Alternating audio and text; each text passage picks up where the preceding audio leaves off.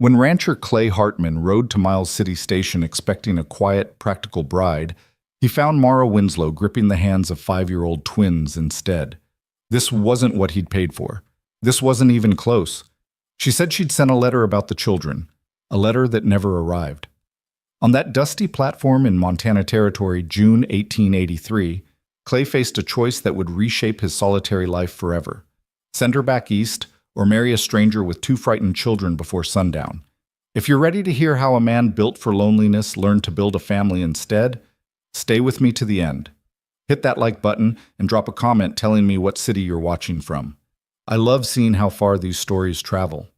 The June sun hammered down on Miles City like a blacksmith's anvil, turning the dirt roads into dust and the waiting into something Clay Hartman could feel in his back teeth. He stood on the station platform with his hat pulled low, watching the eastern horizon where the rail line cut through the prairie grass like a scar. The train was late. 15 minutes, then 20. Long enough for doubt to creep in, though Clay had never been a man who entertained doubt for very long. He'd paid good money for this arrangement. $50 to the matrimonial agency in Chicago, plus another $20 for the train fare. The letter had been clear.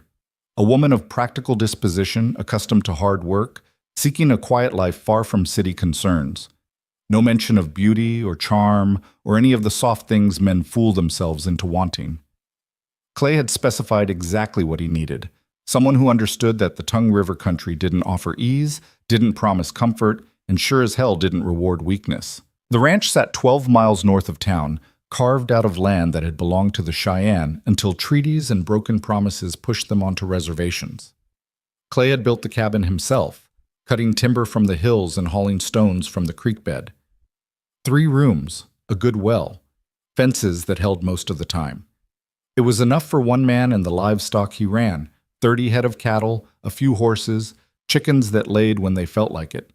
He'd thought it might be enough for 2. He'd been wrong before. The train whistle cut through his thoughts, sharp and distant. Clay straightened, brushing dust from his vest, though it wouldn't make much difference. His hands were calloused, stained with work that never fully washed away. His boots were good, but worn. He was 34 years old and looked older, the kind of weathering that came from sleeping light and rising before dawn every day for a decade. The locomotive appeared first, black smoke against blue sky, then the cars behind it, rattling and groaning as they slowed.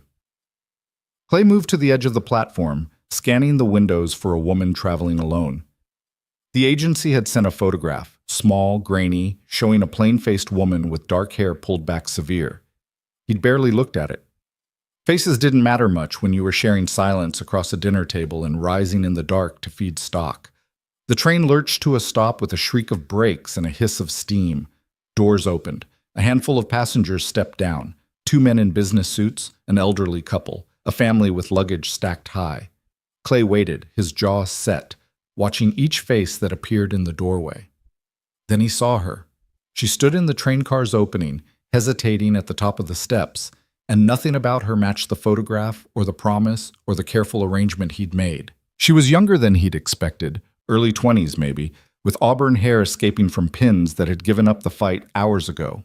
Her dress was gray wool, decent but worn thin at the cuffs and collar. Dust streaked one shoulder. Her face carried the kind of exhaustion that sleep wouldn't fix.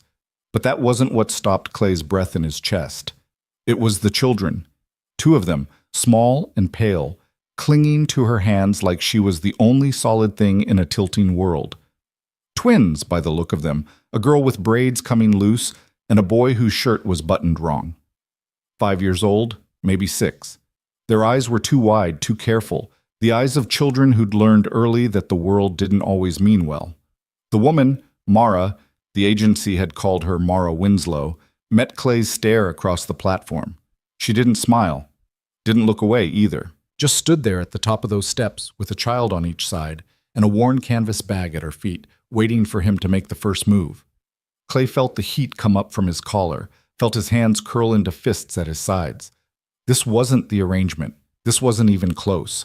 He'd been clear in his letters. No complications, no entanglements. A woman alone, willing to work, willing to accept the isolation of the Tongue River Ranch without complaint or expectation of things he couldn't provide. The agency had confirmed it in writing. Mara Winslow, 22 years old, no living family, seeking a fresh start in the territories. Not a damn word about children. The conductor appeared behind her, impatient, and Mara descended the steps carefully, one hand gripping the rail while the twins pressed close to her skirts. When her feet touched the platform, she stood perfectly still for a moment, looking at Clay like she was measuring him against some internal standard he'd already failed. Then she walked toward him. Not fast, not slow, just steady, the way a person moves when they've already accepted the likelihood of disaster and decided to meet it head-on anyway. The twins stayed glued to her sides, their small faces tilted up at Clay with an expression he recognized from colts that had been broke too hard, ready to bolt but too tired to run. Mr. Hartman, her voice was low, rougher than he'd expected. Eastern accent still there but worn down at the edges, the way a stone gets smooth in a river. I'm Mara Winslow. Clay didn't move, didn't offer his hand, just looked at her, then at the children, then back at her again. You're not what I ordered, he said. The words came out flat, matter of fact. The way he'd tell a merchant the flour he'd bought was full of weevils. Something flickered across Mara's face. Not surprise, not hurt. More like confirmation of something she'd already known. She didn't step back, didn't drop her gaze. I sent a letter, she said, 3 weeks ago, explaining about Lila and Luke. I never got it. I know that now. The station master was watching from the ticket window, not even pretending not to listen. A farm wagon rolled past on the street behind them, wheels creaking in the ruts. Somewhere a dog barked, high and anxious. Clay felt the weight of the moment settling on his shoulders like a yoke he hadn't agreed to carry. He'd come to town expecting one thing, a simple transaction, a practical solution to the problem of loneliness and long winters. Instead, he'd found a woman with children, complications written all over her like a brand. Who are they? He asked, nodding at the twins. Mara's expression didn't change, but her hands tightened slightly on the children's shoulders. Mine. My sister's children, now mine. She died last winter. Influenza. Their father went 2 years before that. I'm all they have. The agency didn't ask if I had dependents. They asked if I was unattached. I am. These children aren't attachments. They're my responsibility. Clay felt his back teeth clench. He'd come prepared for a lot of things. Awkwardness, sure. Stiff conversation over a long ride back to the ranch. The strange intimacy of sharing space with someone whose habits he didn't know. But this, standing on a platform arguing with a woman he'd paid to marry, while 2 silent children watched him like he was a wolf circling their camp, this he hadn't prepared for. You should have been straight about it, he said. I tried to be. Trying doesn't count for much when a man makes arrangements based on what he's told. No, Mara agreed quietly. I don't suppose it does. The train whistle blew again, sharp and impatient. The conductor called for final boarding. Around them, the platform was emptying, passengers claimed, luggage loaded, people moving toward whatever futures they'd planned or stumbled into. Clay looked at the children again. The girl, Lila, had dark eyes and a set to her jaw that reminded him uncomfortably of Mara. The boy, Luke, was thinner, paler, one hand twisted in his sister's dress. Neither of them had said a word. They just stood there, waiting for the adults to decide their fate, like they'd stood waiting before and knew how this usually ended. Something in Clay's chest twisted, sharp and unwelcome. There's an eastbound train day after tomorrow, he said. I can put you up at the boarding house until then. Pay your fare back to Chicago. Mara nodded slowly, like she'd expected nothing else. That's fair. She didn't argue, didn't plead, just accepted it the way she seemed to accept everything, with a straight spine and level eyes and the kind of quiet dignity that made Clay feel smaller than he wanted to. All right then, he said. But he didn't move, didn't turn toward the street where his wagon waited, just stood there looking at this woman who'd come 1,000 miles carrying more weight than he'd ever agreed to share, and tried to make himself walk away. Mr. Hartman, Mara's voice was soft now, careful. May I ask you something? He nodded, wary. When you sent your letters to the agency, when you described what you wanted, did you ask for someone who'd never known hardship? Someone who'd never had to choose between bad options and worse ones? Someone who'd never learned to carry more than seemed possible? Clay frowned. I asked for someone practical. Then I'm what showed up. The words hung between them, simple and impossible to refute. She wasn't arguing her case, wasn't making promises about how easy she'd make things or how little trouble the children would be. She was just standing there, stating a fact, and waiting for him to decide if facts mattered. Clay looked past her at the emptying train, the conductor stepping back aboard, the door closing with a metallic clang. He thought about the ranch, the silence that filled it, the way even good days felt like treading water, the long winters when the only voice he heard was his own. He thought about the cabin he'd built, 3 rooms that had always seemed too big and too small at the same time. He thought about his own childhood, though he tried not to. The farm outside Pittsburgh where he'd grown up, working land that belonged to someone else. His father, breaking horses and breaking himself in the process. His mother, quiet and worn. The siblings he'd lost to scarlet fever and accident, and the grinding poverty that killed just as sure as sickness. The way he'd left at 17 with nothing but stubbornness and a promise to himself that he'd build something that was his, something that couldn't be taken away. He'd kept that promise, built the ranch, proved up his claim, made something solid out of Montana dirt and his own refusal to quit. But he'd built it alone, and somewhere in the building he'd forgotten how to imagine it any other way. Until now. The boarding house is full, he heard himself say. The lie came easy, automatic. Mrs. Patterson mentioned it yesterday. Territorial legislatures meeting in town this week. Mara's expression didn't change, but something shifted in her eyes, a quick calculation, a reassessment. I see. Ranch is 12 miles north, 3-room cabin, stock to tend, garden that needs work. Winter comes early up on the Tongue River, stays late. He was talking too much, listing facts like he was describing the property to a potential buyer. It's not easy country, not gentle. I didn't come looking for gentle. The children can work. Not like adults, but they can help. They're quick learners, quiet. They won't be trouble. Clay almost laughed at that.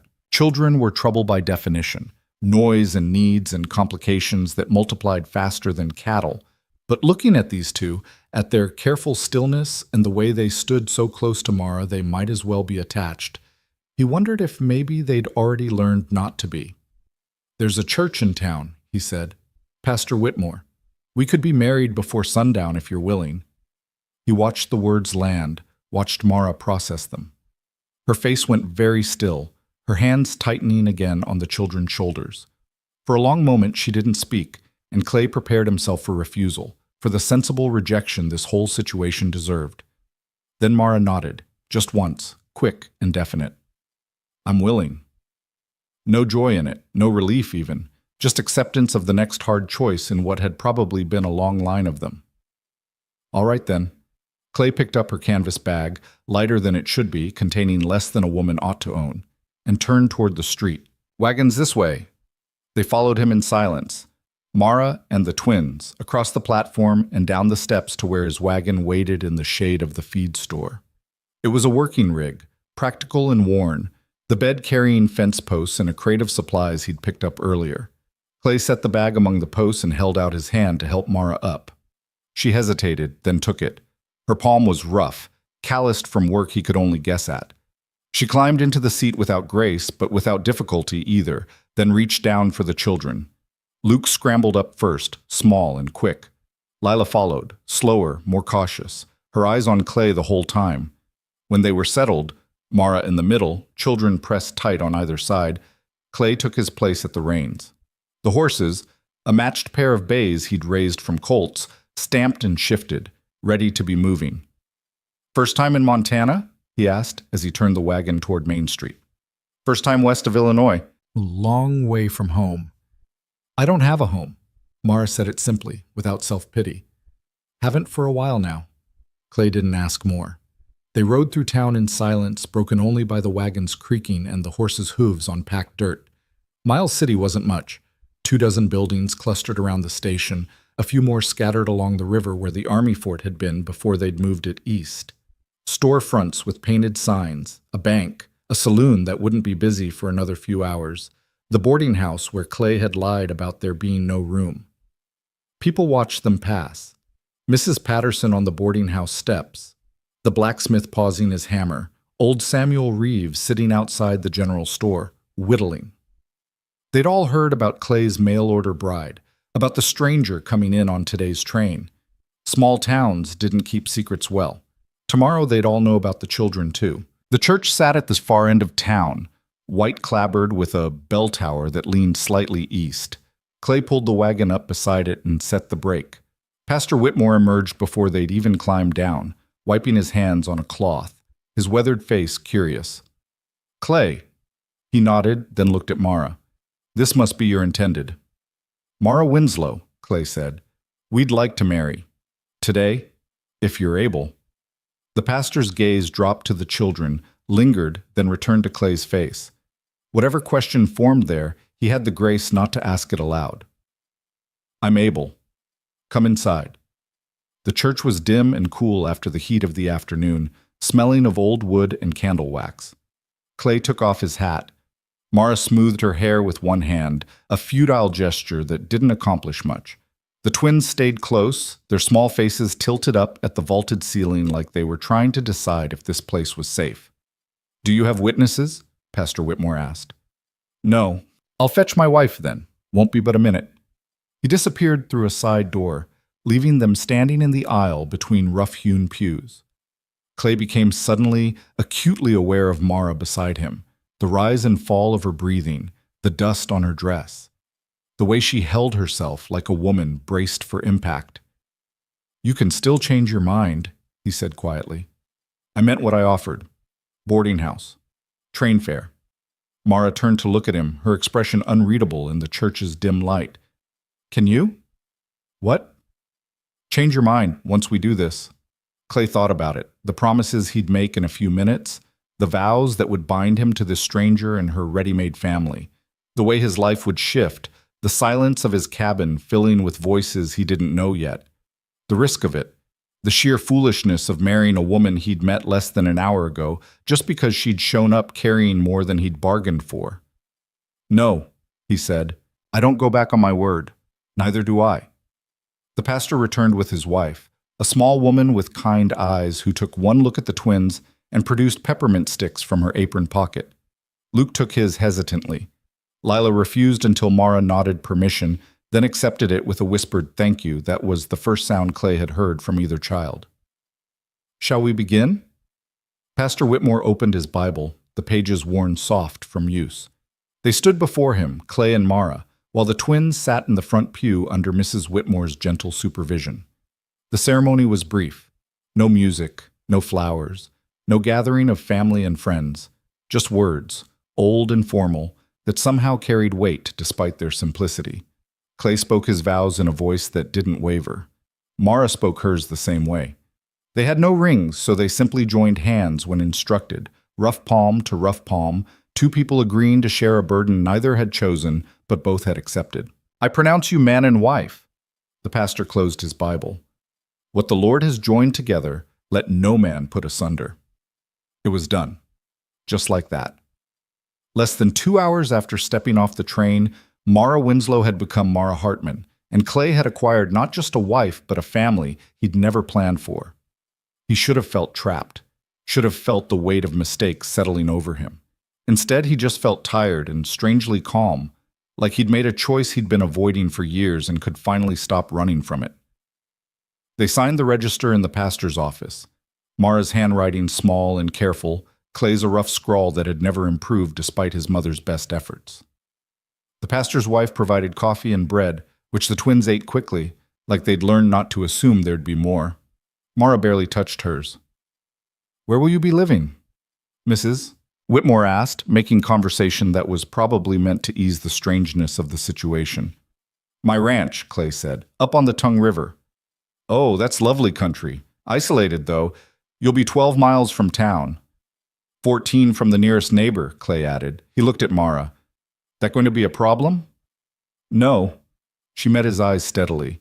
"I'm not afraid of isolation." "What about the children? They'll need schooling eventually." "I can teach them to read and cipher. That'll do for now. Mrs. Whitmore looked like they'd done what was needed. The rest was between Clay and the stranger he'd just married. Outside, the afternoon was stretching toward evening, the sun hanging lower but still bright enough to make Clay squint. He helped Mara and the twins into the wagon again, conscious now of how permanent this arrangement had become. No going back. No changing course. The ride out of town was quiet. They passed the last buildings, then the fort ruins, then nothing but grassland rolling toward distant hills. The road was decent at first, worn by freight wagons hauling supplies to the mining camps farther north. After 5 miles, it deteriorated to little more than ruts, and Clay had to slow the horses to keep from jarring loose every bolt in the wagon bed. Lila fell asleep against Mara's side, her small head drooping. Luke stayed awake, watching the landscape pass with wide eyes, taking in the vastness of it, the space that went on forever in every direction, the sky so big it seemed to curve overhead, the silence broken only by birdsong and the wagon's creak and the constant whisper of wind through grass. "It's different here," he said suddenly. His voice was thin, high, uncertain. "Different how?" Clay asked. The boy thought about it. Empty. Not empty, just spread out. Animals everywhere if you know how to look. Deer in the coulees, antelope on the flats, hawks hunting, even bears up in the breaks. Luke's eyes went wide. Bears? Sometimes. They mostly keep to themselves. Mostly? Mara's voice carried a note of dry humor.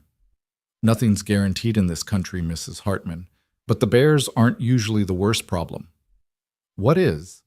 Clay considered the question, the 100 different ways the Tongue River country could kill a person who wasn't careful or prepared or just plain lucky.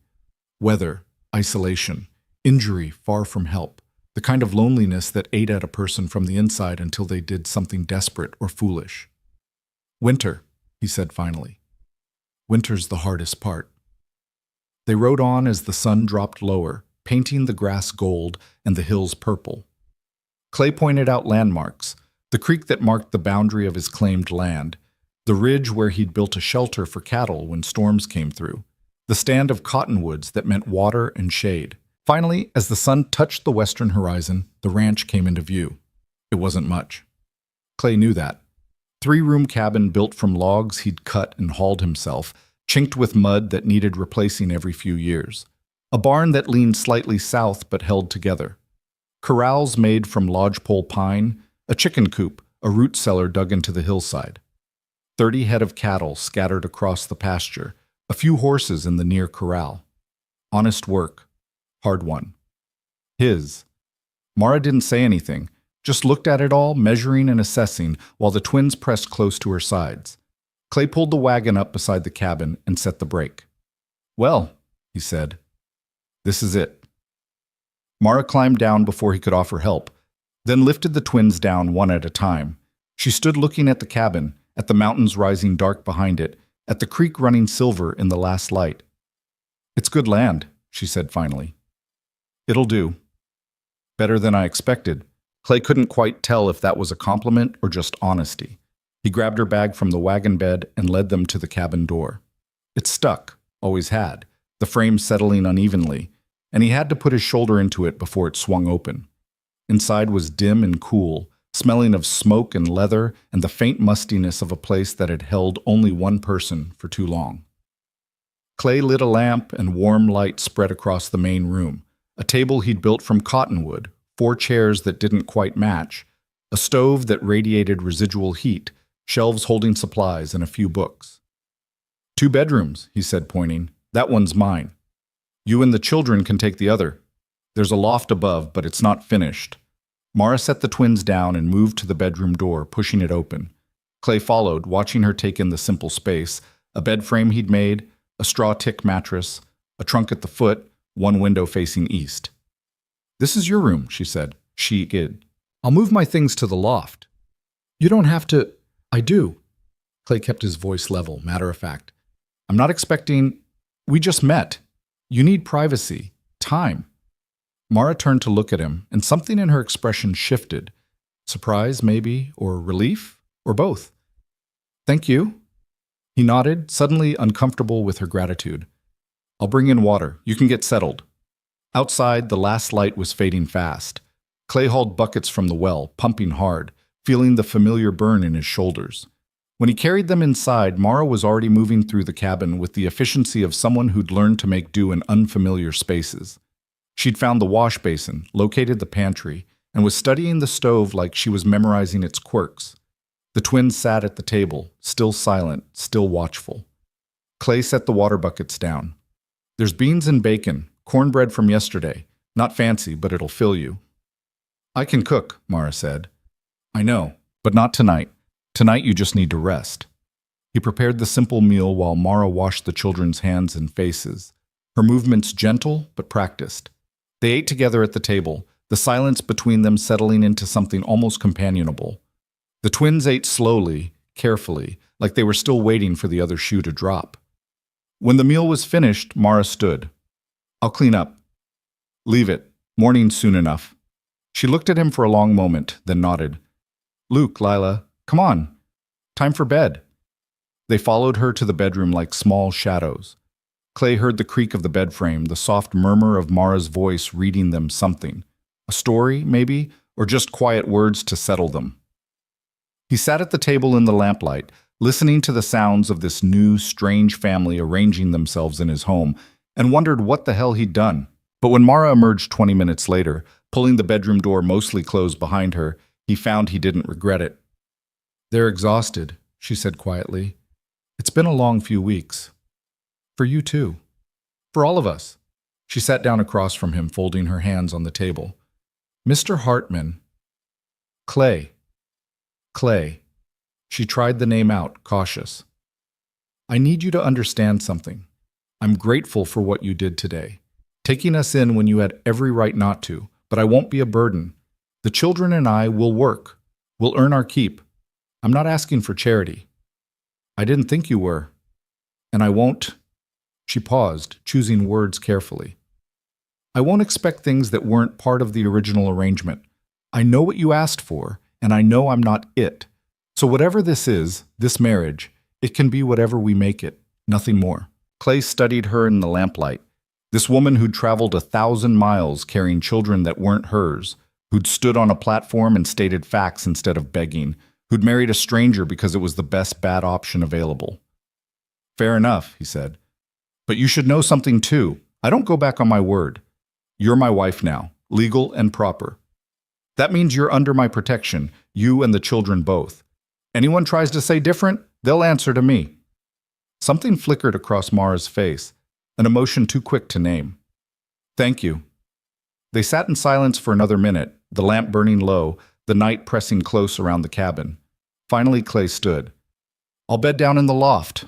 There's blankets in the trunk if you need extra. We'll be fine. Morning comes early, 4:30, usually. I'll try to be quiet. You won't wake us. Mara rose, moving toward the bedroom door. She paused with her hand on the frame. Clay, what you did today, taking us in, marrying me anyway, that was decent. More than decent. I won't forget it. Then she was gone, closing the door softly behind her, leaving Clay alone in the main room with the dying lamp and the enormous reality of what he'd committed himself to. He climbed to the loft, spread his bedroll on the rough boards, and lay staring at the ceiling while night sounds filtered through the walls, owls hunting, cattle shifting in the pasture, the eternal wind. Below him, in the bedroom that had been his until tonight, 3 people were sleeping. A woman he'd known for hours. Children who weren't his blood. His family now. For better or worse. Clay closed his eyes and tried not to think about all the ways this could go wrong. But sleep was a long time coming, and when it finally arrived, it was thin and restless, full of dreams he couldn't quite remember come morning. Dawn broke cold and gray, the kind of Montana morning that promised nothing but hard work ahead. Clay woke in the loft to the sound of his own breathing and the creak of floorboards below. Someone was already moving, light footsteps, careful and quiet, the scrape of the stove door opening. He dressed quickly in the dim light, pulling on yesterday's shirt and the canvas pants that smelled of horse and dirt. When he descended the ladder, he found Mara at the stove, coaxing last night's coals back to life. She'd changed into a different dress, still gray, still worn, but cleaner. Her hair was pinned back tight, already escaping in wisps around her. She looked up when his boots hit the floor but didn't startle. Coffee's almost ready. You didn't have to. I know. She fed another stick of wood into the firebox, adjusting the damper with practiced ease. But I'm awake, and idle hands don't suit me much. Clay moved to this window, looking out at the pasture where his cattle were dark shapes against the pale grass. The chickens would need feeding soon. Fence line on the north pasture needed walking. He'd spotted a weak post 2 days ago that probably wouldn't hold through the next hard wind. What time do the children usually wake? He asked. Depends. Sometimes early, sometimes not. They've learned to be quiet either way. There was something in the way she said it, matter of fact but carrying weight, that made Clay wonder what kind of life those twins had lived before Mara took them in. He didn't ask. A man learned early in this country that some stories came out when they were ready, and pushing only drove people deeper into silence. Mara poured coffee into 2 tin cups, handed him one. The brew was strong, bitter, exactly how he made it. She'd found the grounds in the pantry, figured out his measure without being told. Thank you. She nodded, wrapping both hands around her own cup like she was trying to pull warmth from it. They stood in the quiet kitchen while light slowly filled the windows. 2 strangers who'd promised their lives to each other less than 12 hours ago, learning the shape of shared silence. I need to walk the fence line this morning, Clay said. North pasture. After that, there's a calf I've been watching. First-time mother, having trouble nursing. Wood needs splitting for winter stock. Chicken coop doors hanging crooked. Mara listened without interrupting, her eyes on her coffee. I'm not listing it to complain, he added. Just so you know what the days look like here. There's always more work than daylight. I understand work. She looked up at him then, her gaze direct. What do you need from me today? Clay hadn't expected the question, the simple offer of help without negotiation or caveat. He thought about the garden plot behind the cabin, overgrown, half-wild, producing less each year because he couldn't spare the time to tend it properly. The mending that had been piling up for months. The cabin itself, which had the functionality of a working space but none of the comfort of a home. Garden needs attention, he said, if you're willing. And there's a root cellar that could use organizing before we start putting up preserves for winter, but nothing that can't wait if you and the children need time to settle. We'll settle while we work. Mara set down her cup. That's how we've always done it. Before Clay could respond, a small sound came from the bedroom. A child's voice, thin and uncertain, calling for Mara. She moved immediately, setting down her cup and disappearing through the door. Clay heard her murmuring, soothing, then the quiet shuffle of small feet on floorboards. The twins emerged clinging to Mara's skirts, their faces creased from sleep, and still carrying that watchful wariness. Luke's eyes found Clay immediately, tracking him like a threat that needed monitoring. Lila pressed closer to Mara, one hand twisted in the fabric of her aunt's dress. Morning, Clay said, keeping his voice level and quiet. Neither child responded. Mara's hand settled on Luke's shoulder, gentle but firm. Say good morning to Mr. Hartman. Good morning, they whispered in unison, the words automatic and empty. Clay's fine, he said. Mr. Hartman sounds like someone important. Mara's mouth twitched. Not quite a smile, but close. She guided the children to the table, settled them in chairs, then moved to the pantry. Is there meal for porridge? Second shelf. Molasses too, if they'll eat it. She prepared breakfast while Clay pulled on his boots and coat, watching from the corner of his eye as she navigated his kitchen with increasing confidence. The twins sat perfectly still at the table, hands folded, waiting. They didn't squirm or complain or ask questions the way children usually did. They just waited, like waiting was something they'd learned to do well. Mara served the porridge in clay bowls, drizzled molasses over the top, set the portions in front of the children. Not too fast, she said quietly. You'll get sick. They ate slowly, carefully, their spoons scraping the bowls clean. When they finished, they sat with empty bowls in front of them, still waiting for permission to move. You can get down, Mara said. Stay inside, stay together. Don't touch anything without asking first. They slipped from their chairs and retreated to a corner of the main room, sitting on the floor with their backs against the wall, watching everything and saying nothing. Clay pulled on his hat.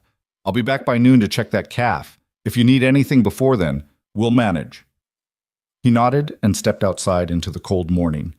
The air smelled of sage and coming rain, the sky heavy with clouds rolling in from the west. Weather was changing. They'd have precipitation before nightfall, and this late in June it would be cold rain, the kind that soaked through clothes and made every task twice as miserable. He'd need to move faster than planned. The fence line took 2 hours to walk, and Clay found 3 posts that needed replacing, not just one. The wood had rotted at the base where moisture collected, weakening the whole structure. He marked them with strips of cloth torn from an old shirt, making mental notes of what he'd need from town: new posts, wire, staples. Money he'd have to find somewhere, because the $50 he'd sent to Chicago had been most of his ready cash. When he returned to the cabin, he found it transformed. Not dramatically, nothing about the structure had changed, but in the small ways that marked the difference between a place where a man lived and a place where people made a home. The breakfast dishes were washed and stacked. The floor had been swept. The windows, which Clay hadn't cleaned properly in months, now let in clear light that showed just how much dust he'd been living with. Mara was outside, kneeling in the garden plot with her sleeves rolled up and dirt under her fingernails. The twins worked beside her, Luke pulling weeds with fierce concentration, Lila gathering them into a pile. None of them spoke, but they moved together with the coordination of people who'd worked side by side before. Clay approached slowly, not wanting to startle them. Mara glanced up, pushing hair from her face with the back of one hand. "Fence?"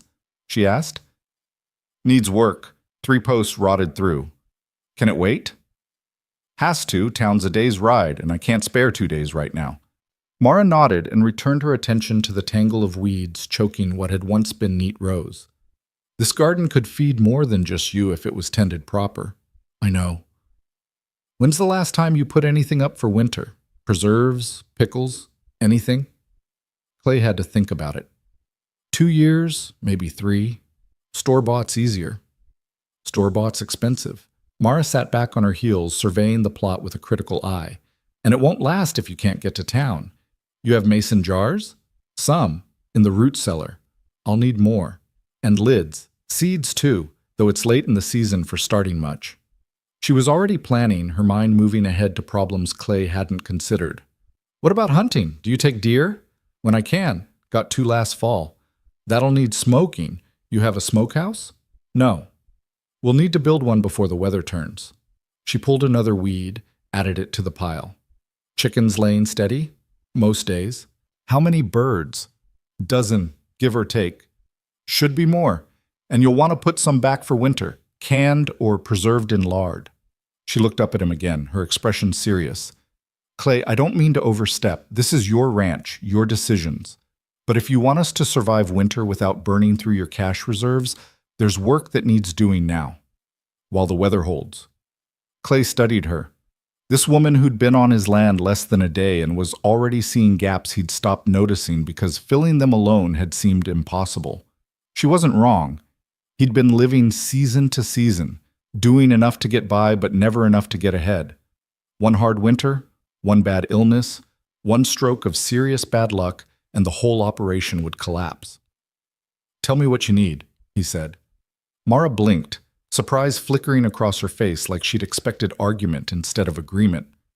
"Time, mostly, and supplies I can work with. The rest I can figure out. Make a list. I'll see what I can spare from the account in town." "Clay, you're right about winter, and about needing to preserve what we can. If you know how to do it, I'm not fool enough to argue." He glanced at the twins, still working steadily through the weeds. "Can they help? Or are they too young?" "They can help. They're stronger than they look." Luke chose that moment to stand up, dragging a root system that seemed half his size. He stumbled, caught himself, kept pulling until the whole tangled mass came free from the earth. His thin face was set with determination, jaw clenched tight. "I see that," Clay said quietly. He left them to their work and went to check the calf. The first-time mother was a young heifer, skittish and uncertain, and her baby was weak from not nursing properly. Clay spent an hour coaxing the calf to latch, holding the heifer steady while the baby fed. His shoulders ached by the time he finished, and the sky had grown darker, the smell of rain stronger. When he returned to the cabin, Mara had moved inside and was inventorying the pantry with the methodical focus of a quartermaster preparing for siege.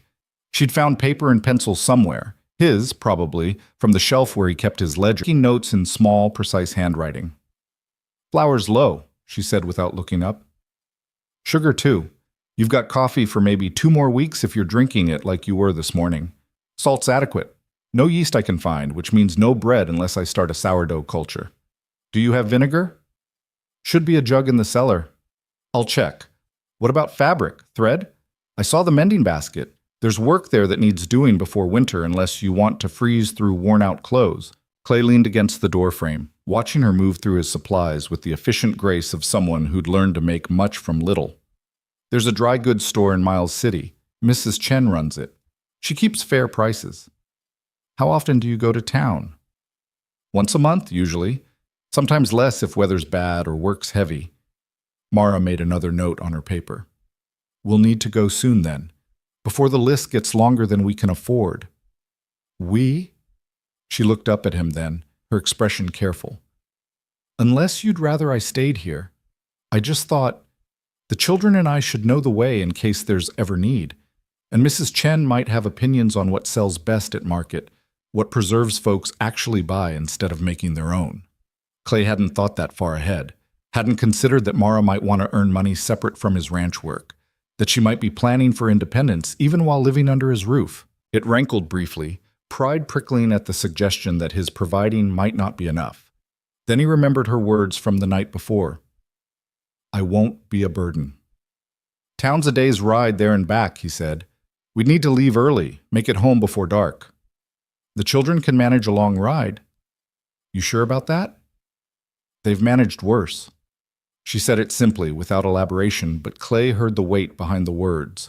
Whatever those twins had survived before Mara took them in, it had taught them endurance beyond their years. "All right," he said. 2 days from now, weather permitting. That'll give you time to finish your list." Mara nodded and returned to her inventory. Clay watched for another moment, then headed outside to split wood. The physical labor felt good after the frustration of the morning's fence inspection, the steady rhythm of axe falling on log, wood splitting clean, the pile growing higher. He worked until his shoulders burned and sweat soaked through his shirt despite the cool air. When he finally stopped, chest heaving, he found Luke standing at the edge of the woodpile, watching with those too careful eyes. "You need something?" Clay asked, trying to gentle his voice despite his breathlessness. Luke shook his head but didn't leave. Just stood there, small and thin, in clothes that had been mended too many times, staring at the axe like it was something both fascinating and dangerous. "You ever split wood before?" Clay asked. Another headshake. "Want to learn?" For the first time, something other than wariness crossed the boy's face, a flicker of interest, quickly suppressed, like he'd learned not to want things too openly. "It's all right if you do," Clay said. "Useful skill. Every man ought to know how to split his own firewood." Luke glanced back toward the cabin, where Mara was visible through the window. She must have nodded or given some signal Clay couldn't see, because the boy turned back and took a small step closer. "All right then." Clay picked up a smaller piece of wood, set it on the stump he used as a splitting block. "First thing you need to know is the axe is a tool, not a toy. You respect it, and it'll serve you well. You get careless, it'll hurt you bad." He demonstrated the grip, the stance, the way to let the weight of the axe head do most of the work. Luke watched with absolute focus, absorbing every detail.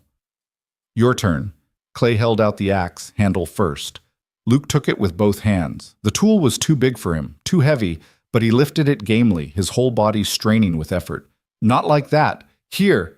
Clay moved behind him, adjusted his grip, helped him feel the balance. "Let the weight fall. Don't force it. Just guide it where you want it to go."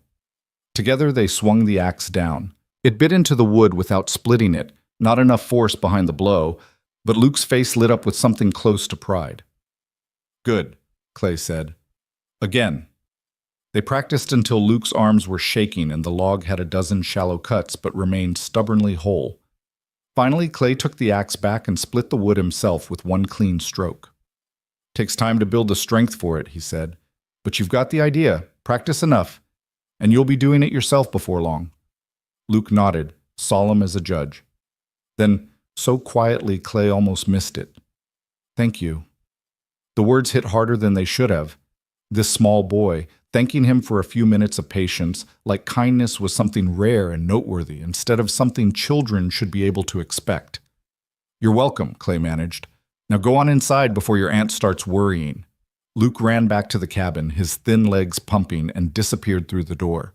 Clay stood alone with his axe and his growing woodpile, feeling the weight of responsibility settling heavier on his shoulders. These children weren't his. This woman wasn't really his wife, not in any way that counted beyond paper and law. He'd taken them in because sending them back had seemed crueler than the alternative, because something in Mara's straight spine and steady eyes had demanded respect instead of pity. But somewhere between last night's awkward vows and this moment, standing in his woodlot with sawdust on his boots and a child's quiet gratitude still echoing in his ears, the arrangement had started feeling less like charity and more like something he couldn't quite name yet. The rain started as he was stacking the last of the split wood. Cold drops, heavy and insistent, turning the dirt to mud and sending the chickens scurrying for shelter. Clay grabbed an armload of wood and ran for the cabin, shouldering through the door just as the sky opened up in earnest. Inside, Mara had lit the lamps against the sudden darkness. The twins sat at the table with the slate Clay used for figuring accounts, practicing letters under Mara's quiet instruction. The scene was so domestic, so utterly normal, that it stopped Clay in his tracks. This was his cabin, his table, his lamp oil burning to light the room.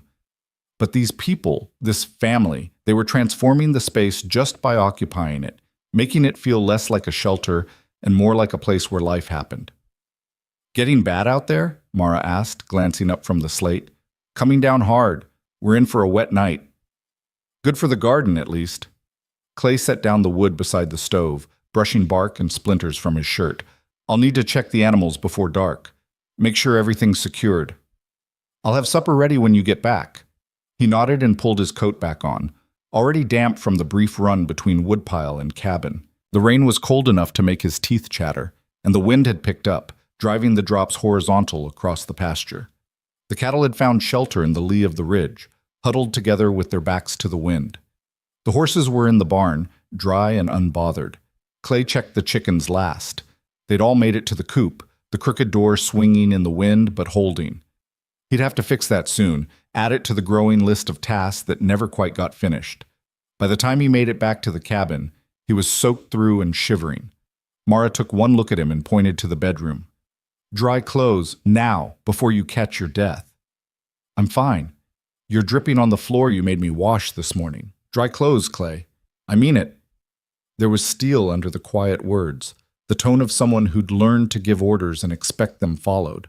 Clay found himself obeying without further argument, retreating to the bedroom to change into clothes that weren't plastered to his skin. When he emerged, Mara had hot coffee waiting and a plate of cornbread and beans that somehow tasted better than when he made them himself. The twins had been fed already and were sitting close to the stove, listening to the rain hammer the roof. "Storm like this could last all night," Clay said between bites. "Roof hold?" "Should. I patched it last fall." "Should isn't will." "No," Clay agreed, "but it's the best I can promise." They ate in companionable silence, the storm providing all the conversation they needed. When the meal was finished, Mara cleared the dishes and the twins returned to their corner, settling against each other like puppies seeking warmth. Within minutes, both were asleep, Luke's head on Lila's shoulder, her arm around his waist. "They always sleep like that?" Clay asked quietly. "Since their mother died. Sometimes I find them in the same bed even when there's two available. I think they're afraid if they separate, one of them might disappear." Clay thought about his own siblings, the ones who'd lived past infancy. He'd been close to his brother once before a logging accident took him at 14, understood the fear of loss, the way it made you hold tighter to what remained. "How long were you with them before their mother passed?" 3 years. I came to help when their father died. My sister couldn't manage alone with 2 babies. Then the influenza came through. Mara's voice stayed level, but her hands stilled on the dish she was drying. She fought it for a week. Toward the end, when she knew she wasn't going to make it, she made me promise I'd keep them together. No orphanage, no splitting them up to different families. Together, no matter what. That's why you answered my advertisement. That's why. Chicago was getting expensive. Work was scarce. I couldn't keep us fed and housed much longer on what I was. Then I saw your notice in the matrimonial listings. She set down the dish, turned to face him. I did write that letter, Clay, about the children. I posted it the same day I confirmed I'd come. I swear I didn't mean to deceive you. I believe you. Do you? Clay considered the question honestly. Yeah, I do. You're not a liar, Mara. You're just someone who ran out of better options. We're a pair then, both of us making do with what's left. The rain intensified, drumming so hard on the roof the conversation became difficult. Clay banked the fire for the night while Mara gathered the sleeping children, carrying them one at a time to the bedroom. When she emerged, pulling the door closed behind her, she looked exhausted, the kind of bone-deep tired that came from carrying too much for too long. You should sleep, Clay said. So should you. I will. Just want to listen to the storm a bit longer. Make sure the roof's holding like I said. Mara studied him in the lamplight, her expression unreadable. Then she did something unexpected. She sat down at the table across from him, folding her hands on the worn wood surface. Can I ask you something? Sure. Why did you really marry me yesterday? And don't say it was because the boarding house was full. We both know that wasn't true. Clay felt heat climb his neck. He'd thought the lie had been convincing, or at least convincing enough that she wouldn't call him on it. Does it matter? He asked finally. It might. I need to know if you're going to regret it, if one morning I'm going to wake up and find you've decided this was a mistake and we need to leave. That won't happen. How can you be sure? Clay looked at her, really looked, taking in the straight spine that never seemed to bend, the calloused hands folded so carefully, the eyes that had probably seen too much but refused to look away from more. He thought about the twins sleeping in his bedroom, about Luke's careful thanks for a few minutes of patience, about Mara reorganizing his pantry and planning for a winter he'd been dreading alone. My father used to say that a man judges his worth by what he builds, Clay said slowly. I spent 15 years building this ranch. Good land, decent herd, cabin that keeps out most of the weather. I was proud of it, thought it was enough. He paused, searching for words that didn't come easy. Then you stepped off that train with those children, and I realized what I'd built was just survival, not a life. Not really. So we're what then? A project? Something else to build? No. Clay shook his head. You're people who need a place to be, and I've got a place that needs people in it.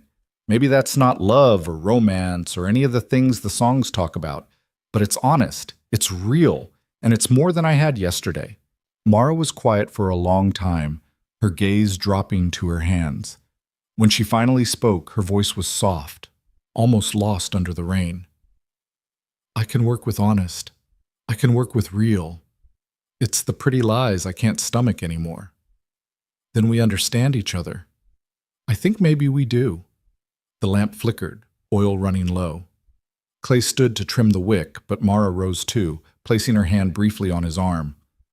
Thank you, she said, for telling me the truth. Then she was gone, retreating to the bedroom and closing the door behind her, leaving Clay alone with the dying lamp and the relentless rain and the strange, unsettled feeling that his life had just shifted in ways he couldn't fully comprehend yet. He climbed to the loft eventually, spreading his bedroll on boards that seemed harder than they'd been the night before. Sleep came slowly, troubled by dreams of storms and children's eyes, and a woman's voice asking questions he didn't have answers for. When he woke, the rain had stopped, but the world outside was soaked through and dripping. He descended to find Mara already up, coffee brewing, moving through his kitchen like she'd been doing it for years instead of days. Morning, she said quietly. Morning. They fell into the rhythm of the day, breakfast, chores, the endless work that defined life on a Montana ranch. But something had changed between them in the night, some barrier lowered just slightly, making the silence less awkward and the shared space less strange. By the time the sun broke through the clouds mid-morning, Clay realized he was humming while he worked, the first time he'd done that in longer than he could remember.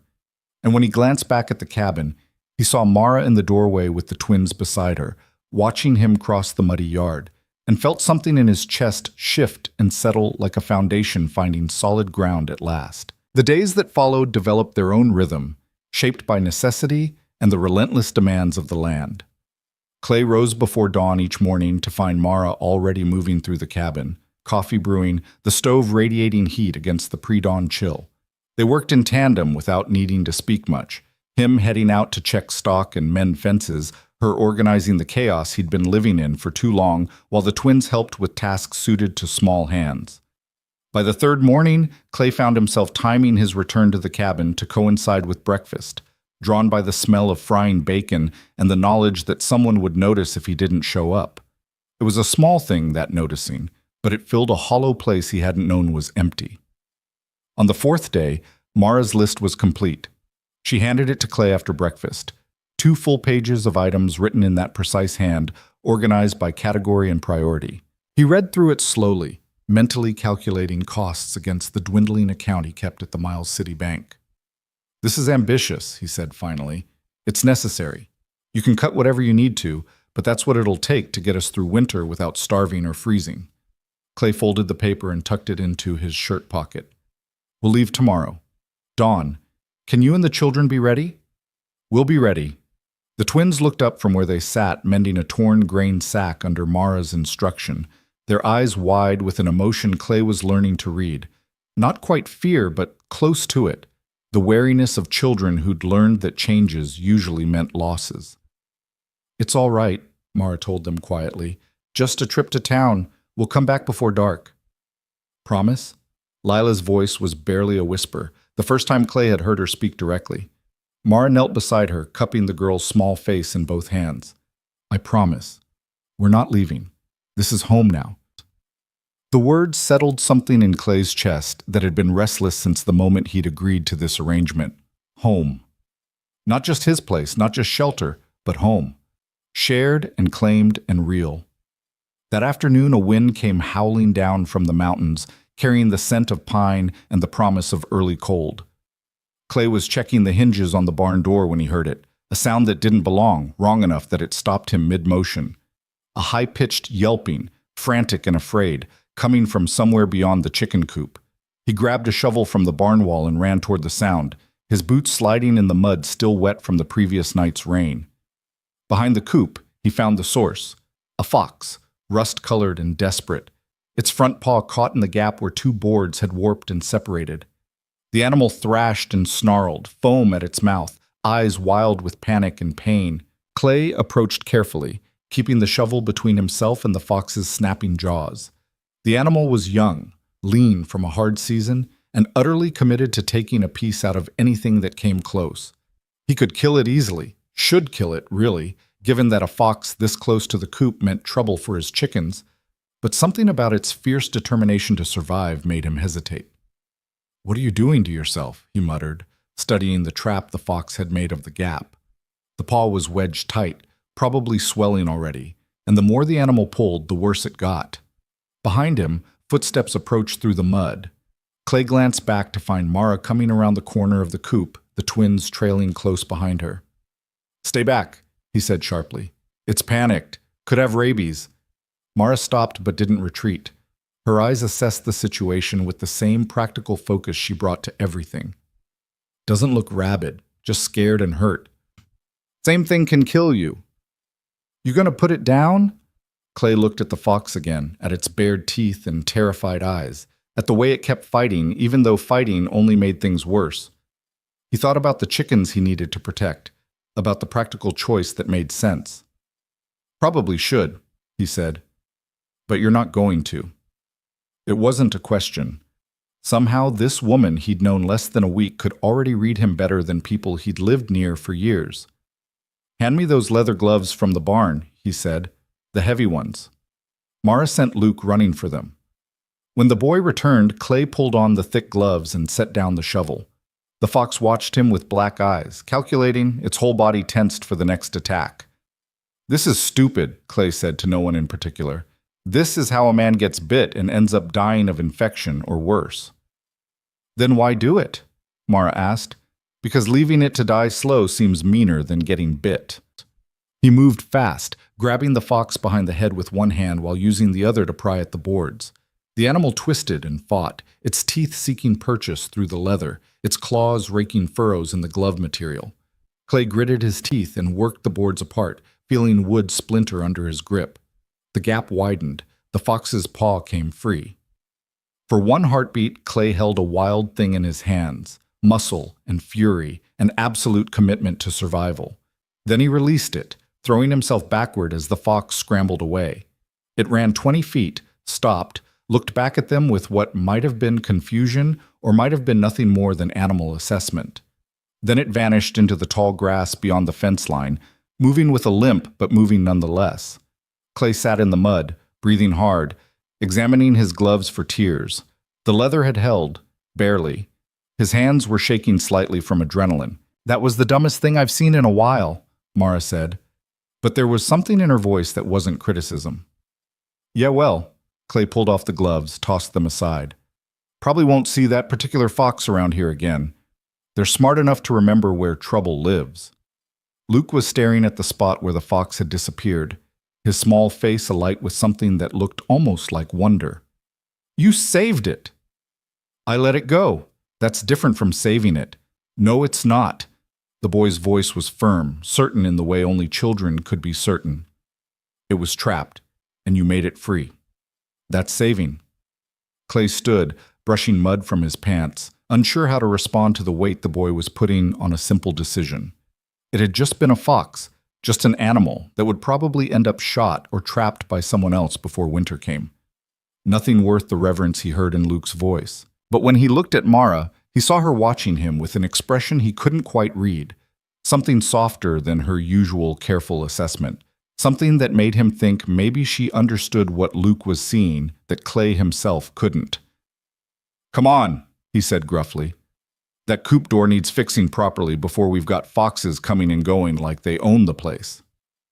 He spent the rest of the afternoon rebuilding the section of coop where the boards had warped, planing new pieces to fit tight and secure.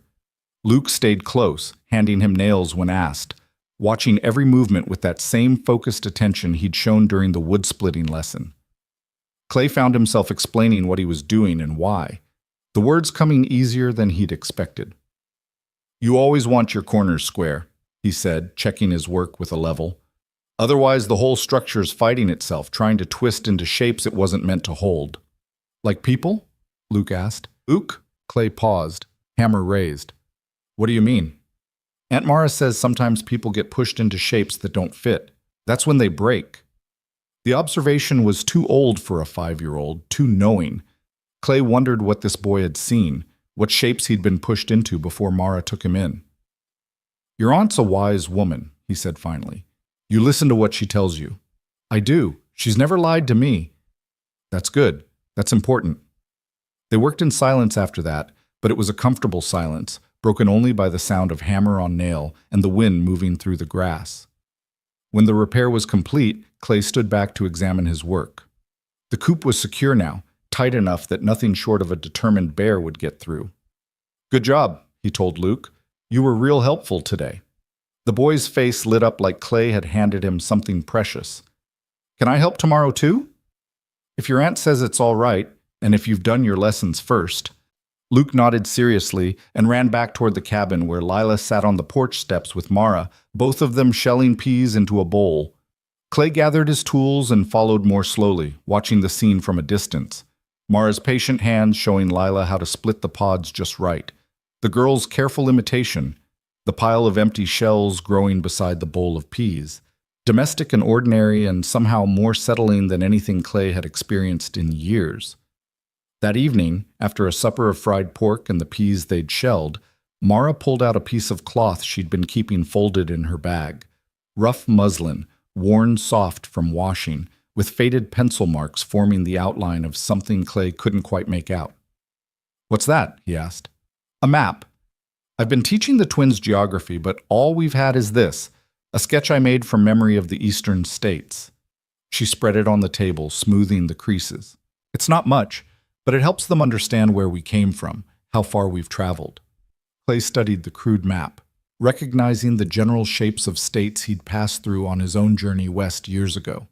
Illinois and Iowa, Missouri and Kansas, the territories beyond. Mara had marked Chicago with a small X, and a dotted line showed their route westward. "You could add Montana," he said. "Show them where they are now." "I don't know the territory well enough. The shapes, the rivers, the mountains." She looked at him, questioning. "Do you?" Clay did, actually. He'd spent his first years in Montana learning the land like a language, memorizing landmarks and water sources and the way valleys ran between ridges. He could draw it from memory better than most maps he'd seen. "I could sketch it," he offered. "If you want." Mara's face brightened with something that might have been pleasure or might have been relief. The twins would like that. They've been asking about the mountains, where they came from, how high they go, what's beyond them. So Clay found himself at the table after the dishes were washed, with the twins pressed close on either side and Mara across from him, drawing the rough outline of Montana territory on a fresh piece of muslin Mara had produced from somewhere. He marked the Missouri River, the Yellowstone, the tongue-like shape of the river that gave this country its name. He drew the mountain ranges, Crazy Mountains to the west, Bighorns to the south, the smaller ranges that cut through the grasslands. He marked Miles City with a small circle and the ranch with an X. "We're here," he said, tapping the X. "These are the Tongue River breaks, all around us. Good grazing land, decent water, shelter from the worst winds." "What's beyond the mountains?" Lila asked, her finger tracing the western edge of his map. "More mountains, then valleys, then the big peaks that stay white all year. Beyond that, eventually the ocean." "Have you seen it, the ocean?" "No, never been that far west." "Will we go someday?" The question caught Clay off guard. The casual assumption that there would be some days, plural and stretching into a future this girl could imagine sharing with him. He glanced at Mara, found her watching him with that careful expression again. "Maybe," he said. "It's a long way, though, month's journey or more." "That's okay," Lila said simply. "We're not in a hurry." After the children were settled for the night, Clay and Mara sat together at the table with the map still spread between them. She traced the route they'd taken from Chicago, her finger moving slowly westward. "I didn't tell them how scared I was," she said quietly. "Getting on that train with everything we owned in one bag and no certainty about what waited at the other end. I just kept telling them it would be an adventure, that we were going to build a new life." "Sounds like you believed it." "I had to. They were watching me for cues about whether to be excited or terrified. If I'd let them see my fear, they'd have drowned in it." She looked up at him. "Do you ever get scared, Clay? About the ranch? About whether you can hold it together through another winter?" He wanted to say no, wanted to project the kind of steady confidence a man was supposed to carry. But something about the lamplight and the late hour and the honesty in her question made lying feel impossible. "Every year," he admitted. "Every time the first snow comes and I'm taking inventory of what I've got stored against what I'll need. Every time a cow goes down sick or a fence breaks in a storm. Every time I'm riding the range alone and thinking about how long it might take someone to find me if my horse threw me and I broke something important." "But you stay anyway?" "Where else would I go? This is all I've built. All I've got." Mara nodded slowly, understanding in a way that most people wouldn't. "That's how I felt in Chicago. Like I couldn't leave because then what would I be? Just a woman with 2 children and no prospects and no place to belong. At least there I had work, had a room, had something. But you left anyway, because something isn't enough when you can see it running out. I could feel it coming. The day when the rent would be more than I earned, when the children would need things I couldn't provide, when the whole fragile structure would collapse." She looked down at her hands, weathered from work that never seemed to end. Coming here was terrifying, but staying was worse. Clay thought about his own departure from Pennsylvania, the farm he'd left behind, and the father who'd barely said goodbye.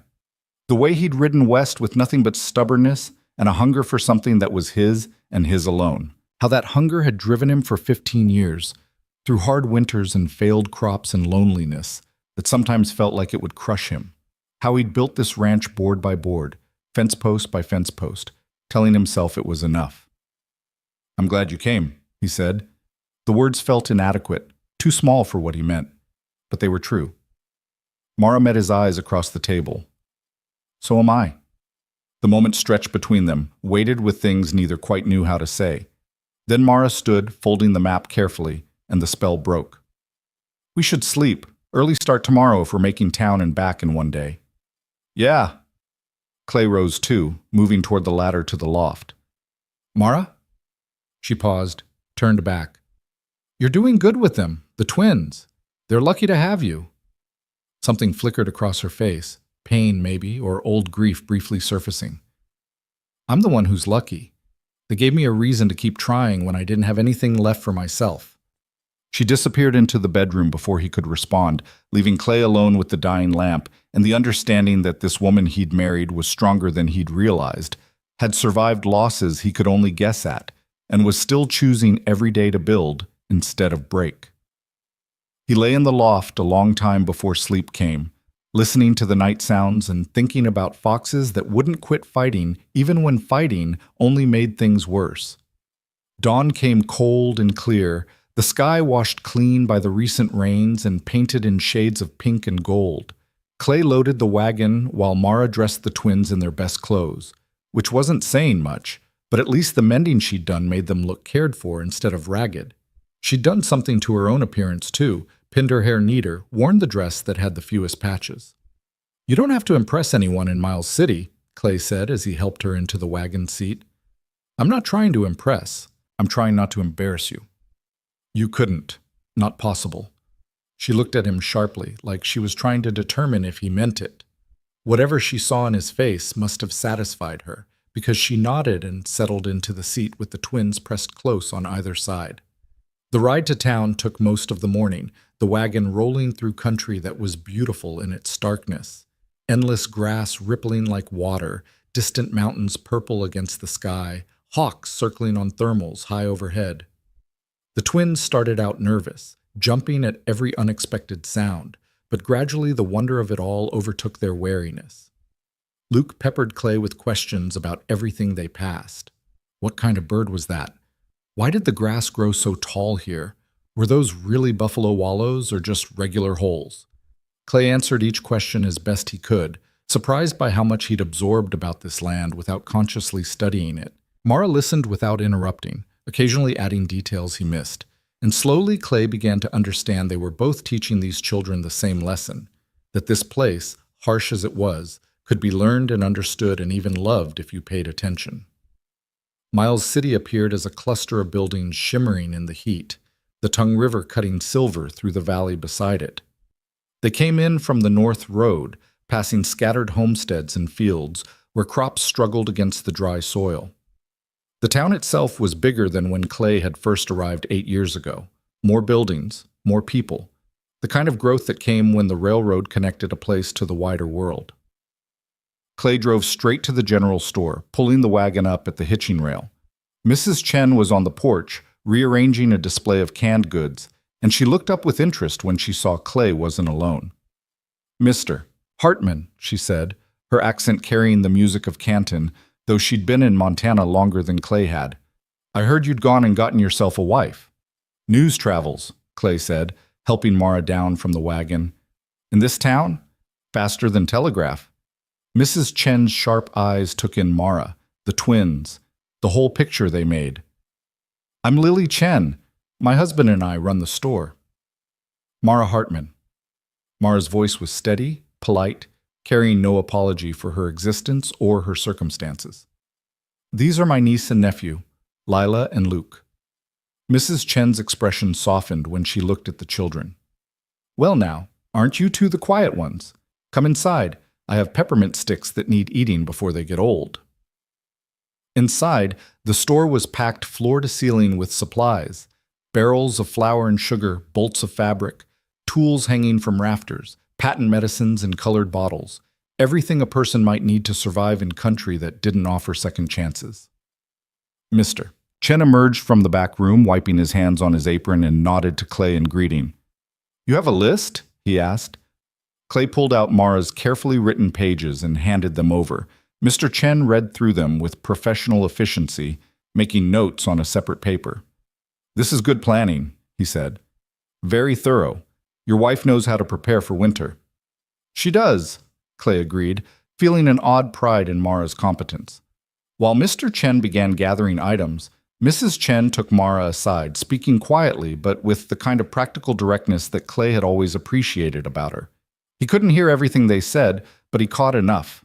Advice about what sold well at the weekend market, which fabrics would hold up to hard use, how to make a little money go a long way.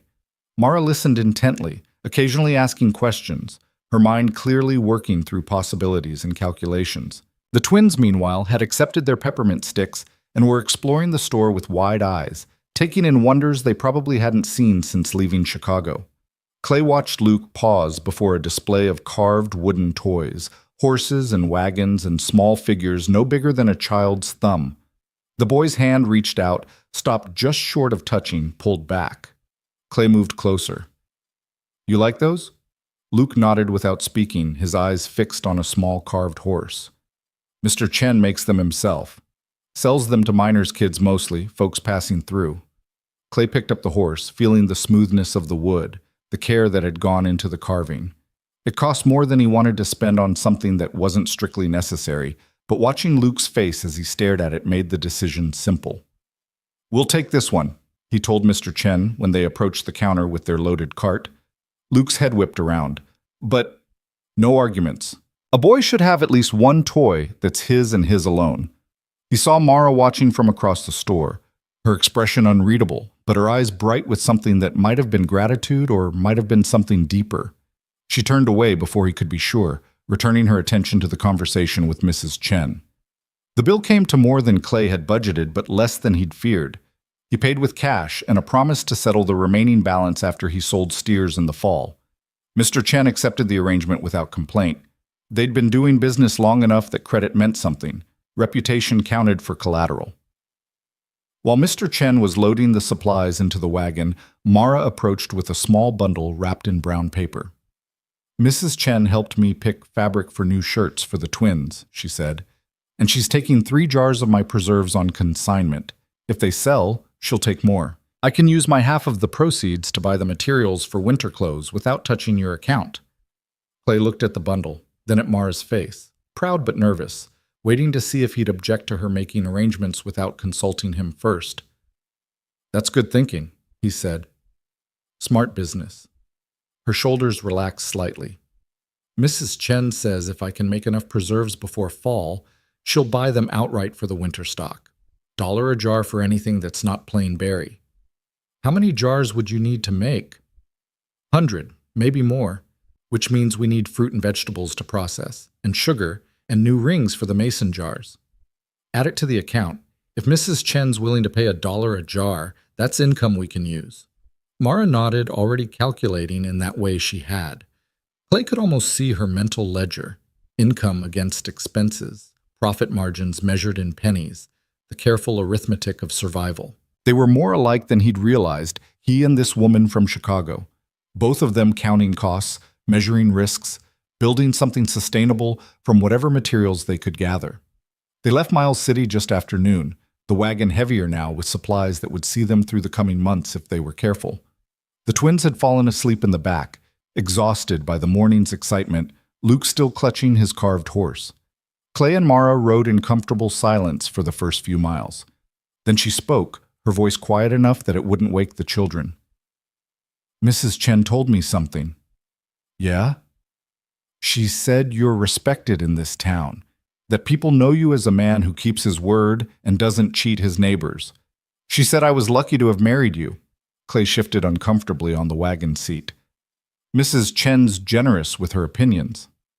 She also said you've been alone too long, that she's glad you finally decided to do something about it." Mara was quiet for a moment. "She asked if I was going to be enough for you." "What did you tell her?"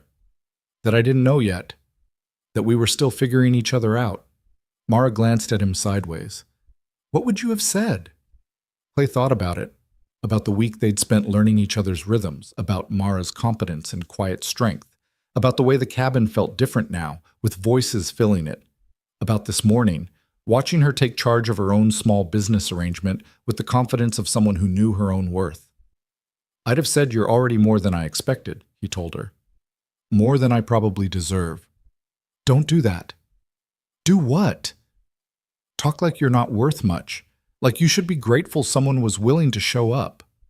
Her voice carried an edge now, something sharp under the softness. "You gave us a home when you could have sent us back property. That's worth something, Clay. That's worth a lot." The words hit harder than they should have, finding places in Clay that were still tender from years of building alone, working toward goals no one else cared about, measuring his worth by what he could accomplish rather than who he was. He'd gotten used to thinking of himself as sufficient, capable enough, strong enough, but never quite enough to deserve the softer things other people seemed to find naturally. "I'm trying," he said finally. "I don't always know how to do this, the family part, but I'm trying." "I know you are. So am I." Mara's hand found his on the wagon seat, covered it briefly with her own. The touch was light, careful, but deliberate.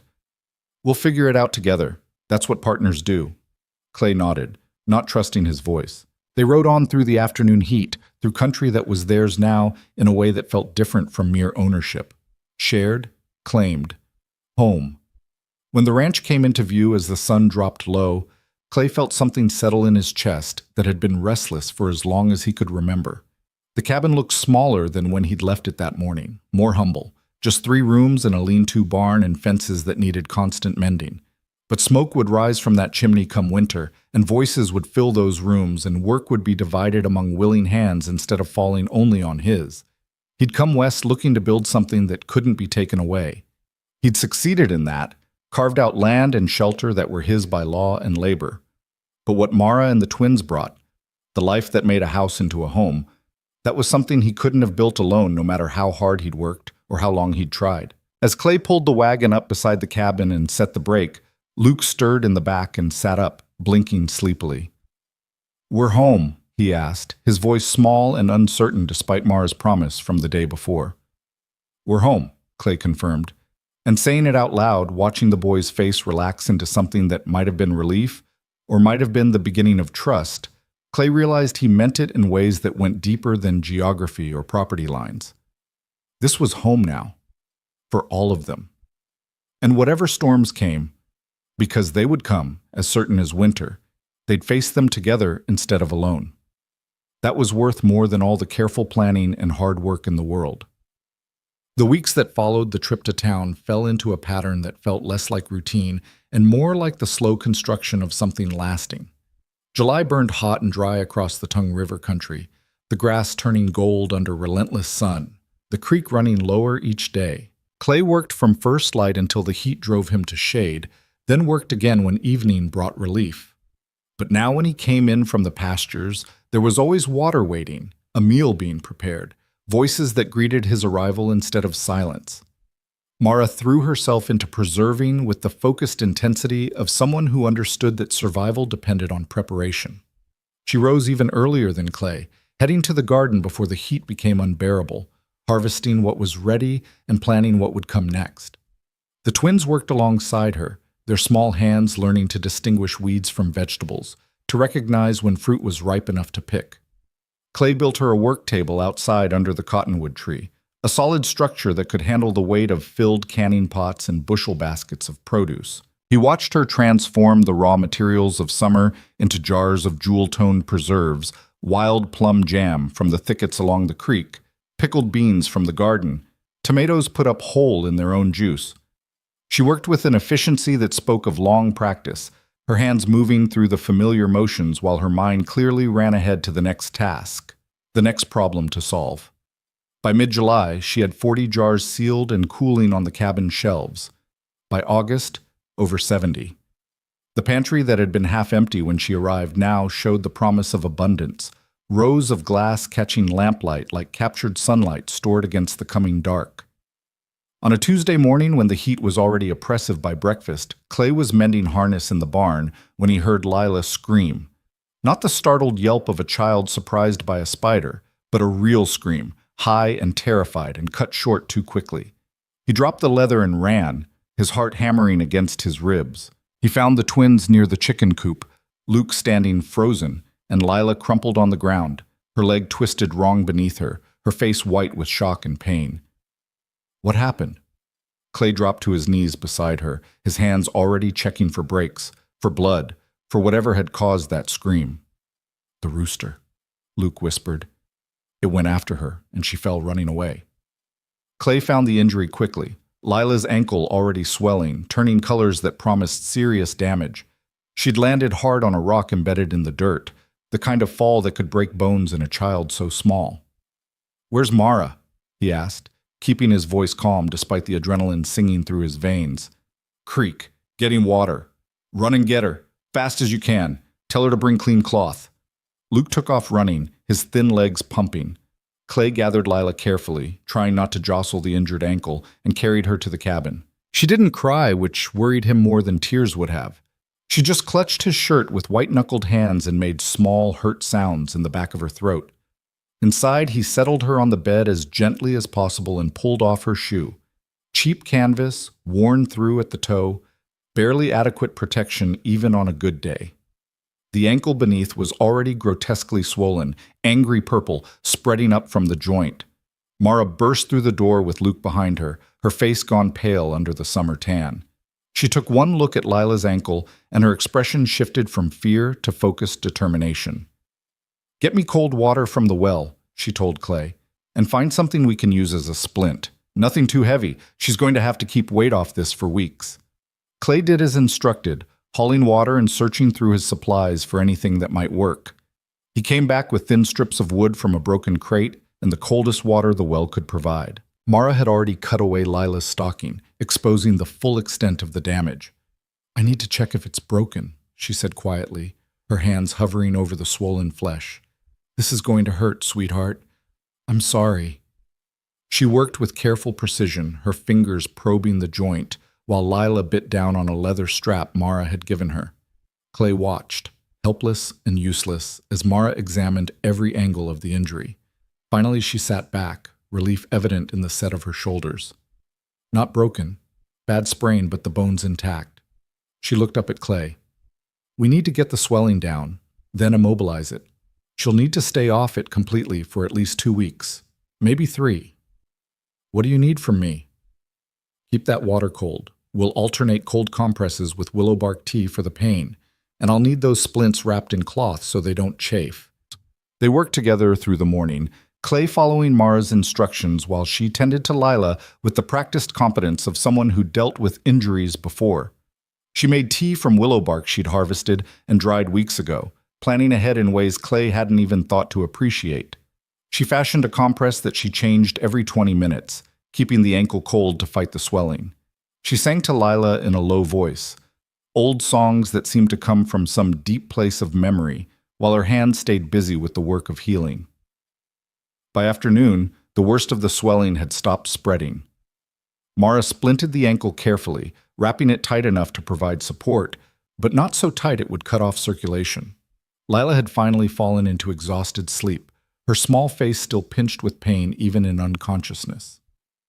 Clay and Mara sat at the table while Luke dozed in the corner, worn out from worry and the heat. The cabin was stifling despite opened windows, the air thick and still. "Where did you learn to do that?" Clay asked quietly. "Treat injuries like that?" "Chicago. The tenement where we lived, people couldn't afford doctors for every little thing. You learned to handle what you could yourself, or you went without." Mara's hands were wrapped around a cup of water, her knuckles white with tension that hadn't released despite the immediate crisis passing. "My sister broke her wrist once, falling on ice. I was the one who set it, wrapped it, kept her from using it until it healed. She used to joke I'd missed my calling as a nurse." "You would have been good at it." "Maybe. But being good at something and being allowed to do it are different things. Women like me, we don't get to choose our callings. We just do what's necessary and hope it's enough." Clay thought about that, about the ways Mara's life had been constrained by circumstance and expectation, about the skills she'd developed not by choice but by need, about how much competence the world wasted by deciding in advance what people were capable of based on their sex or their station. "She's lucky you're here," he said. "That ankle. If you hadn't known what to do." "But I did know, and she'll be fine. Children heal fast if you give them the chance." Mara finally looked at him, her eyes tired but clear. "You did good too, Clay. Staying calm, following instructions, not panicking. Some men would have insisted on doing it their way, or rushed her to town even though the ride would have made it worse. I trust you. When you know better than me, I'm smart enough to listen. Something shifted in Mara's expression, a softening around her eyes. That's rarer than you think. Most men would rather be right than smart. Most men are fools then. She almost smiled at that, a ghost of humor breaking through the worry. Yeah, they are. Over the next 2 weeks, the cabin reorganized itself around Lila's injury. Clay built a padded chair where she could sit with her leg elevated, and Mara created a routine of exercises and massage to keep the muscles from atrophying. Luke became his sister's constant companion, reading to her from the few books they had, playing quiet games, keeping her spirits up through the boredom of forced stillness. Clay found himself drawn into their world more than before. He'd come in from work to find Luke and Lila arranging his carved horse and rocks and sticks into elaborate scenarios, and he'd sit down to ask what story they were telling. He'd help Mara prepare meals while the twins watched from Lila's chair, and he'd end up teaching them about measurements and proportions without quite meaning to. He'd carry Lila outside in the evenings so she could watch the sunset, and he'd find himself telling her about the land, how to read weather in the clouds, what the different bird calls meant, where the deer came to drink at dawn. It felt natural in a way that surprised him, this gradual knitting together of separate lives into something shared. He'd thought family was supposed to be harder, more fraught with conflict and negotiation. Instead, it felt like water finding its level, settling into patterns that worked because they served everyone's needs. 3 weeks after the injury, Mara unwrapped Lila's ankle for the final time. The swelling was gone. The bruising faded to yellow-green shadows. She had Lila flex and rotate the joint, watching carefully for signs of pain or weakness. "Looks good," she said finally. "You can start putting weight on it again, but carefully. No running for another week at least." Lila stood slowly, testing the ankle with visible nervousness. When it held, when pain didn't shoot through the joint, her face broke into the first real smile Clay had seen from her. She took a tentative step, then another, then threw herself at Mara with the abandon of a child who'd been held still too long. "Thank you, thank you, thank you," she said into Mara's shoulder. Mara held her tight, and Clay saw the shine of tears in her eyes before she blinked them away. "You did the hard part, sweetheart. Staying still, doing your exercises, being patient. That took real strength." That evening, they celebrated Lila's recovery with a special supper, chicken Mara had been saving for an occasion worth marking, and biscuits made with butter instead of lard, and wild strawberries the twins had picked before the injury. The meal felt ceremonial somehow, marking not just Lila's healing, but something larger, some threshold crossed in their life together. After the twins were asleep, Clay sat on the porch while Mara finished cleaning up inside. The night was cool finally, the oppressive heat breaking as August edged toward September. Stars were coming out in the darkening sky, more stars than a person could count in a lifetime of trying. Mara emerged and sat beside him on the step, close enough that he could feel the warmth of her even through the cooling air. They sat in silence for a while, the comfortable kind that didn't need filling. "I've been thinking," Mara said eventually, "about winter." "What about it?" "The cabin's going to feel small when we're all trapped inside for months. 3 people who aren't used to each other yet, confined to 3 rooms with nowhere to go when we need space." Clay had thought about this too, lying in the loft while wind howled and imagining long, dark months with no escape from proximity. "I could expand the loft, make it more finished, give the twins their own room up there. That would help. But I was thinking more about us, about how we're going to manage being married without actually being married." She paused, choosing words carefully. "How long were you planning to wait before that changed?" The question sat between them, blunt and unavoidable. Clay had been carefully not thinking about it, had told himself they had time, that there was no rush to figure out the physical aspects of a marriage that had started as pure practicality. "I wasn't planning anything specific," he said honestly. "Figured we'd know when it felt right, if it ever did. And if it doesn't, what then? Then we keep on like we are. Partners, friends, maybe. A family that works even if it doesn't look like what people expect." Mara was quiet for a long moment, her profile outlined against the last light in the western sky. When she spoke, her voice carried a vulnerability he rarely heard from her. I'm not afraid of it, you know. Being a wife in all the ways that means. I'm not some delicate thing who needs protecting from the physical realities of marriage. She turned to look at him directly. But I need to know it would be because we both wanted it, not because you felt obligated or because it's what married people are supposed to do. I've had enough of doing things because they're supposed to happen. I want to choose. I want us both to choose.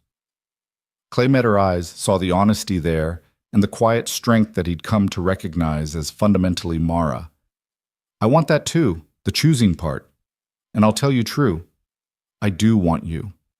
Have since about the second week you were here, when I came in from checking fence and found you'd organized the tack room, and suddenly I could find things that had been lost for months. Sounds stupid when I say it out loud, but it wasn't about the tack room. It was about you caring enough to make my life easier without being asked. That's not stupid. Mara's hand found his in the darkness between them. I started wanting you when you freed that fox. When you could have killed it easy and nobody would have questioned it, but you chose the harder thing because it seemed right. That told me who you were under all the rough edges. Their fingers laced together, callus against callus. Two work-worn hands that understood effort and endurance. Clay felt the moment shift, felt possibility opening between them like a door he hadn't known was there. So what do we do? He asked. We take our time. We keep choosing each other, day by day, until one day it doesn't feel like a choice anymore. It just feels like truth. Clay nodded, understanding in a way that went deeper than words.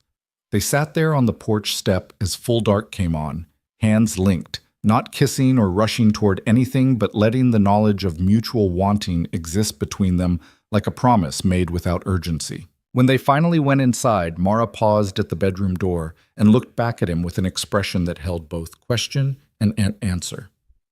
Good night, Clay. Good night, Mara. She smiled then, small but real, and closed the door.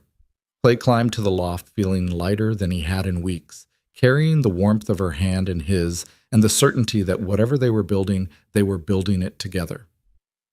The next morning brought trouble of a different kind.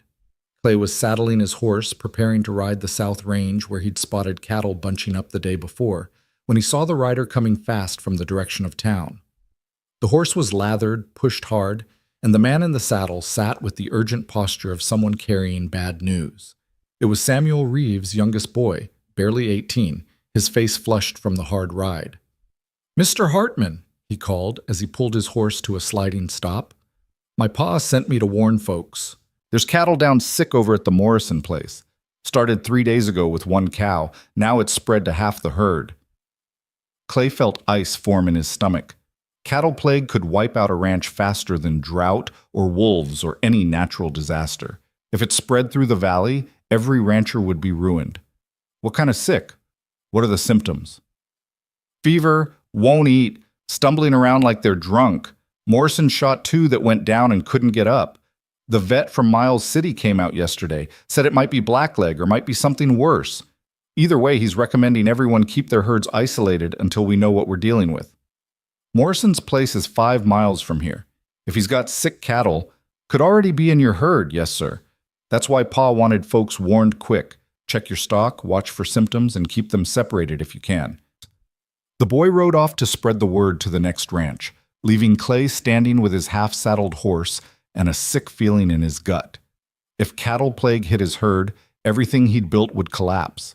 He couldn't afford to lose even a quarter of his stock, let alone half.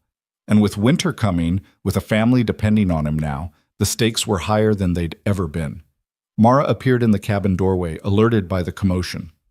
"What's wrong?" Clay told her, the words coming out clipped and tight. She listened without interrupting, her face growing serious. "What do you need to do?" "Ride the whole range. Check every animal. Look for symptoms. If I find any, I'll have to shoot them before it spreads. If I don't find any, I'll need to separate the herd into smaller groups, keep them apart, so if one group gets sick, the others might stay healthy. That's at least 2 days of work. Maybe 3, depending on what I find." Mara nodded, already thinking. "I'll pack you supplies, food, water, your rifle. You'll need to camp out there if you're covering that much ground. I can't leave you and the twins alone that long. We'll be fine. I know how to shoot if something comes around that shouldn't, and frankly, you being here won't matter if we lose the cattle and can't make it through winter. Her voice was pragmatic, cutting through his protective instincts with simple logic. Go. Do what needs doing. We'll manage. Clay wanted to argue, wanted to find some way to do the necessary work without abandoning the battle were their survival. Everything else was secondary. He saddled up quickly while Mara packed supplies in the worn saddlebags he used for overnight trips. The twins came out to watch, their faces showing worry they didn't quite understand. I'll be back as soon as I can, Clay told them. You mind your aunt, stay close to the cabin, and don't go wandering. Will the cows be okay? Luke asked. I'm going to do everything I can to make sure they are. He rode out feeling the weight of responsibility like a physical thing pressing on his shoulders. The South Range was where he'd seen the bunching, and he headed there first, scanning the landscape for any sign of sick animals. The morning was already hot, the sun beating down merciless and bright. He found his cattle scattered across the grassland, grazing normally, showing no obvious signs of distress. Clay rode among them slowly, checking each animal for fever, for the stumbling gait the Reeves boy had described, for anything that looked wrong. It took hours to work through just the South Range, and he found nothing alarming, but the absence of symptoms didn't mean much when plague could incubate for days before showing. He moved to the North Range, then west, then east, covering ground he usually spread across a week in the space of a single day. His horse was tired, he was tired, but he kept going because stopping meant risking everything. By nightfall, he'd checked 2/3 of his herd and found them all healthy. He made camp in a ravine sheltered from the wind, built a small fire, and ate the food Mara had packed while stars wheeled overhead in their ancient patterns. He thought about the cabin, about Mara and the twins alone there. He thought about all the things that could go wrong, injury, predators, accidents he wouldn't be there to prevent. But he also thought about Mara's steady competence, the way she handled Lila's ankle, the quiet strength she brought to every challenge. She'd survived worse than 2 nights alone. They all had. The second day was harder. Clay's muscles ached from long hours in the saddle, and the relentless sun seemed determined to bake every drop of moisture from his body. He finished checking the last of his cattle by mid-afternoon and found them all healthy. No fever, no stumbling, no signs of the sickness that was devastating Morrison's herd. Relief washed through him, so intense it left him dizzy. His cattle were clean, his ranch was safe. For now. He started back toward the cabin, but he was still 5 miles out when his horse suddenly went lame. Clay dismounted and checked the hoof, found a stone wedged tight in the shoe. He worked it free with his knife, but the damage was done. The horse was favoring that leg badly, and pushing it harder would risk permanent injury. Clay considered his options. He could walk the horse slowly back, which would take hours and bring him home well after dark. Or he could leave the horse to rest and walk home himself, then come back with a fresh mount in the morning. He chose to walk home. The horse would be fine for 1 night, and he'd already been gone longer than he'd intended. He stripped the saddle and tack, cached them in a rocky outcrop where they'd be safe from weather, and set off on foot across country he knew well enough to navigate in the dark. The sun was setting when he topped the last ridge and saw the cabin below, lamplight glowing warm in the windows. Smoke rose from the chimney. Everything looked peaceful, untouched, exactly as he'd left it. Then he saw Mara on the porch, his rifle in her hands, standing watch like a sentry. She must have heard him coming because she turned toward the sound of his footsteps, her posture relaxing when she recognized him. He could see even from a distance the tension draining from her shoulders. "You're late," she called as he got closer. "I was starting to worry." Horse went lame. Had to walk the last 5 miles. The cattle? Clean, all of them, no sign of plague. Mara lowered the rifle, and he could see relief wash over her face in the lamplight spilling from the cabin. "Thank heaven. Come inside. There's stew still warm and coffee that's only been sitting an hour." Inside, the twins were already asleep despite the early hour, worn out from their own kind of worry. Clay washed up at the basin while Mara ladled stew into a bowl, her movements efficient and familiar in his kitchen. "Any trouble while I was gone?" he asked. "Nothing we couldn't handle. A coyote came sniffing around the chicken coop last night. I fired a warning shot and it took off running. Luke was convinced it was going to eat us all, but I explained that coyotes are mostly cowards when it comes to humans." Clay smiled despite his exhaustion. "You did fine." "We did fine. The twins were braver than I expected. When they heard that coyote, they didn't panic, just asked me what to do and then did it. She poured coffee and sat across from him while he ate. They trust us now, I think, really trust us. Enough to be afraid, but not enough to fall apart. That's good. That's what they need. It's what we all need. Trust enough to be honest about fear instead of pretending we're never afraid. Clay looked at her across the table, at this woman who'd stood watch for 2 nights with his rifle, who'd kept the children calm through uncertainty, who was talking about trust like it was something she'd consciously chosen to build instead of something that just happened.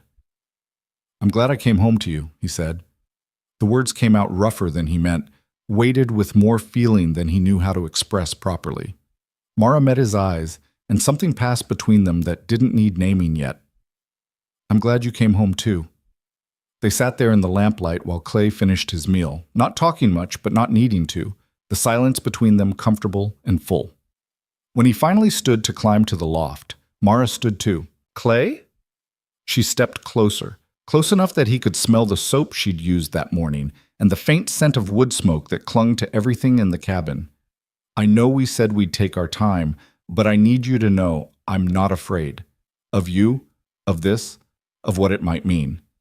When you're ready, I'm ready, and I want you to be sure of that." Clay's hand came up almost of its own accord, cupping her face gently. She leaned into the touch, her eyes closing briefly. "I'm sure," he said quietly, "but not tonight. Not when I'm half dead from riding and you've been standing guard for 2 days. When it happens, I want us both to be fully present, to choose it clear-headed and certain." Mara's eyes opened and she smiled, a real smile, full and genuine. "All right, but soon." "Soon," he agreed. She rose on her toes and pressed a kiss to his cheek, brief and warm, then stepped back and disappeared into the bedroom. Clay stood in the empty kitchen with his hand touching the place where her lips had been, feeling something fundamental shift in the architecture of his heart. He'd built this ranch to prove he could survive alone, to create something that belonged to him and couldn't be taken. But standing there in the lamplight with the taste of possibility still hanging in the air, he understood that survival wasn't the same as living, and building something alone wasn't nearly as satisfying as building it with someone who chose to stay. September came to the Tongue River country with cold mornings and the first hard frost that turned the grass silver and killed everything in the garden that couldn't withstand the shift. Clay woke one morning to find ice crystals on the inside of the cabin windows, delicate patterns that caught the early light like frozen lace. Winter was announcing itself, giving fair warning that the easy season was ending. He descended from the loft to find Mara already stoking the fire, wrapped in a shawl that had seen better days but still held warmth. She looked up when his boots hit the floor, and something in her expression made him pause, a kind of quiet determination that he'd learned meant she'd made a decision about something. "Coffee's ready," she said, "and I need to talk to you about something before the children wake up." Clay poured himself a cup and sat at the table, watching her settle across from him with that careful posture she used when the conversation mattered. The pre-dawn light was gray and thin, making shadows of them both. "The preserves are done," she began. 112 jars total. Mrs. Chen's taken half on consignment already, and she's agreed to buy the rest outright for winter stock. That's $56 coming in, minus what I owe for supplies.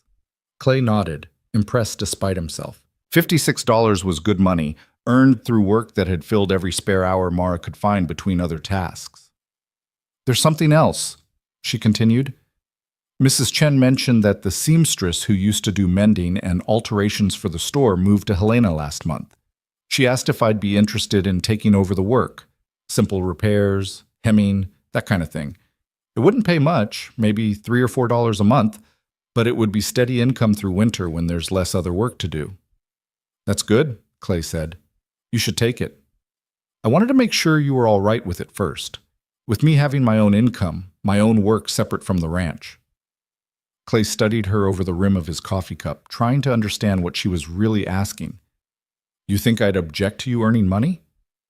Some men would. Some men would see it as a reflection on them, like they couldn't provide adequately. "Well, I'm not some men." Clay set down his cup. "Mara, you've been working since you got here, harder than I have most days and without complaint. If you can turn that work into cash we can use, why would I object? We're building something together. That means we both contribute however we can." Relief crossed her face, subtle, but unmistakable. I just wanted us to be clear. I don't want to do anything that makes you feel less of a man, Clay finished for her. My worth isn't measured by whether my wife needs to work. It's measured by whether I'm building a life worth living. And I'd rather build it with a partner who has her own strength than someone who needs me to be everything. Mara's hand reached across the table, found his, squeezed once. Thank you for understanding that. Thank you for asking instead of assuming. They sat in the quiet kitchen while dawn strengthened outside, drinking coffee and making plans for the day ahead. It felt domestic and settled in a way that still surprised Clay sometimes. This ease they'd found with each other, this rhythm that had developed without conscious effort.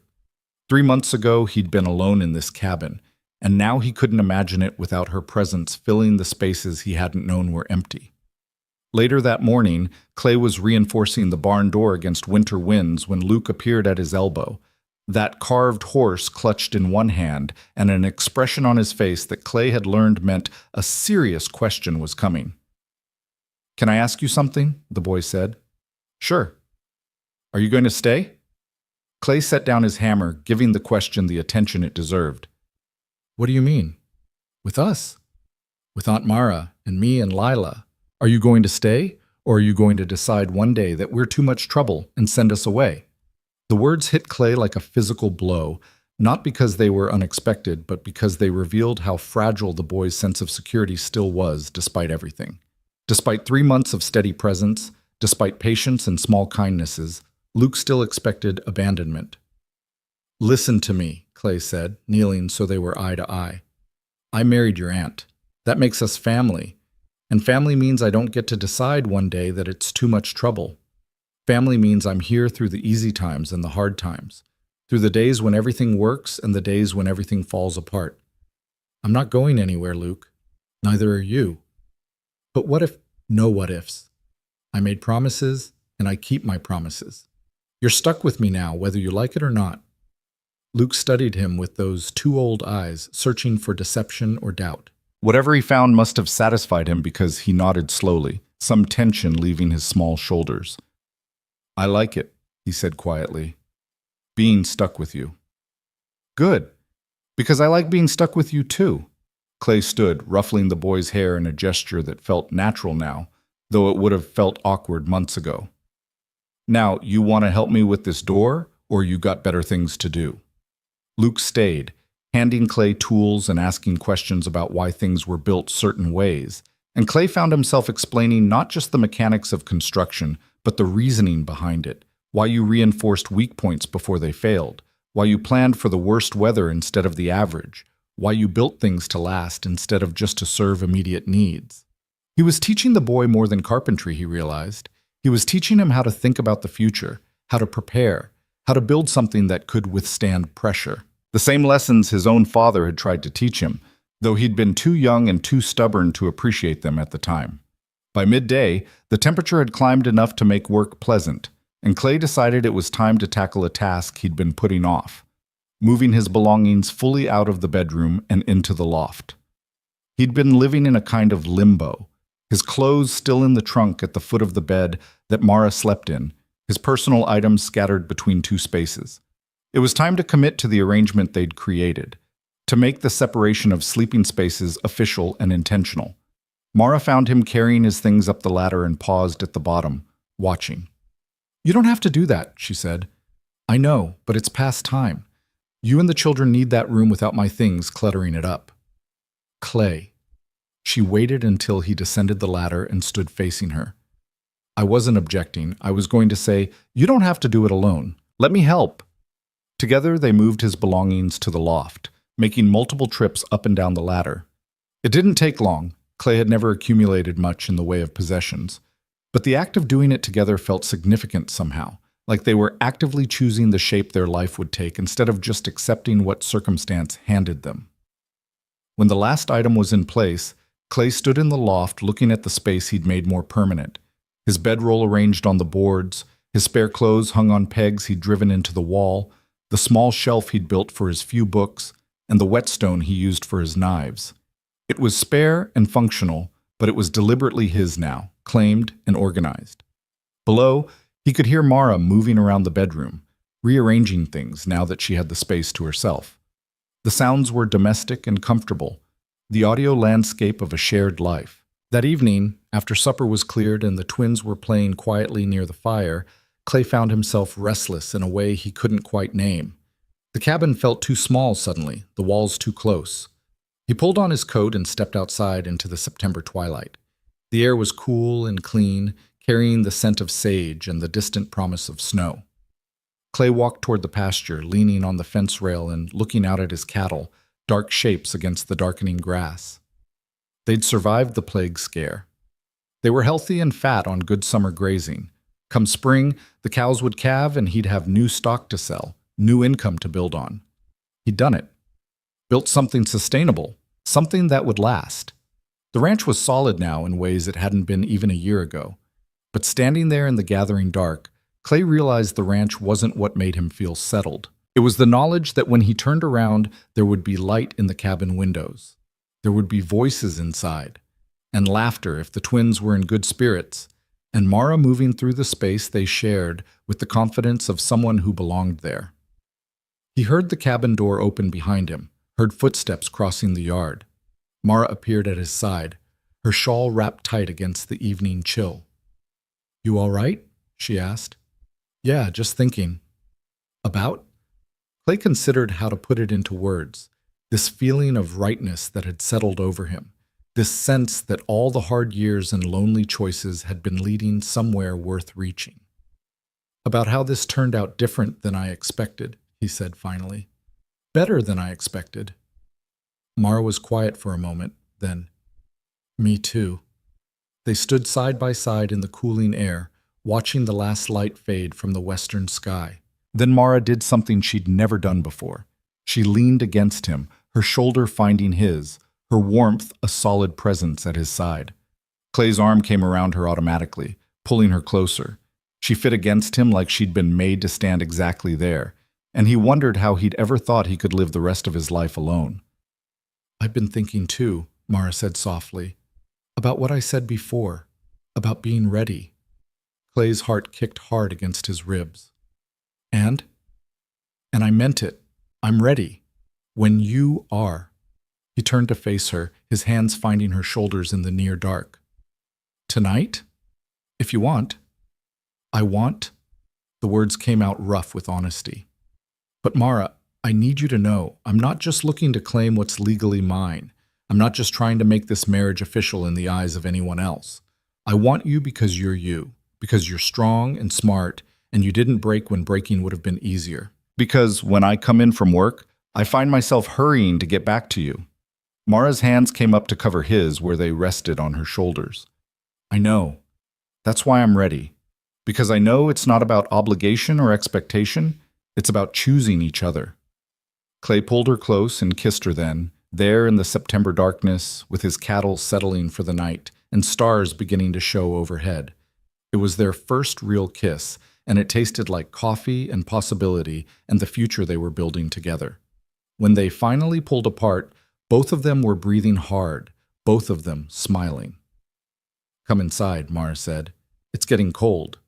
They walked back to the cabin hand in hand, and when they stepped through the door into lamplight and warmth, the twins looked up from their game and Lila smiled. "You look happy," she said simply. "We are," Mara told her. "We're all going to be very happy here." That night, after the twins were asleep and the cabin was quiet, Clay descended from the loft and went to the bedroom door. He knocked softly, heard Mara's voice bidding him enter. She was sitting on the bed in her nightdress, her hair loose around her shoulders for the first time since he'd known her. The lamplight caught in it, turning it copper and gold. "Are you sure?" he asked from the doorway. "I'm sure. Come here." He crossed the room and sat beside her on the bed that had been his and was now theirs. What happened next was gentle and careful and charged with the weight of promises they'd been making to each other since the day she'd stepped off that train. It wasn't perfect, first times rarely were, but it was honest and real, and it bound them together in ways that went deeper than legal documents or spoken vows. Afterward, they lay tangled together in the narrow bed, Mara's head on Clay's chest, his hand stroking her hair. "No regrets?" he asked quietly. "None. You?" Not a single one.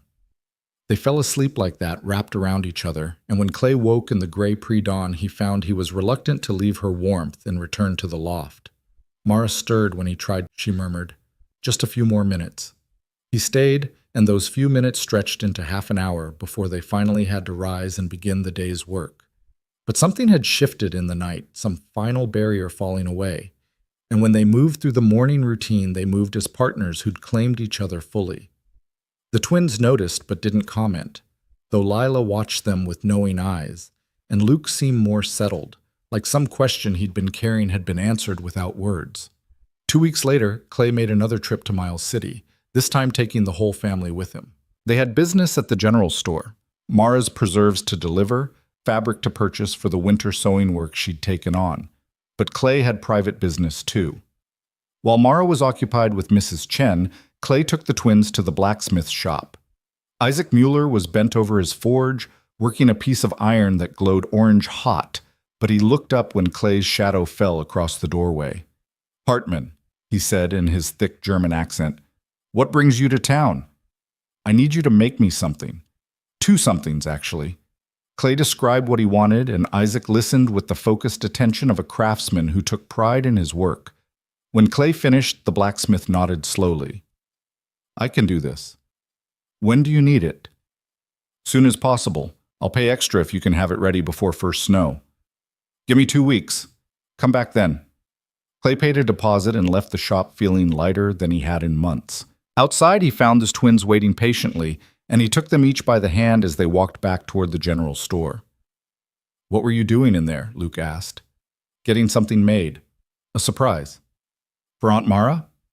"For all of us, in a way."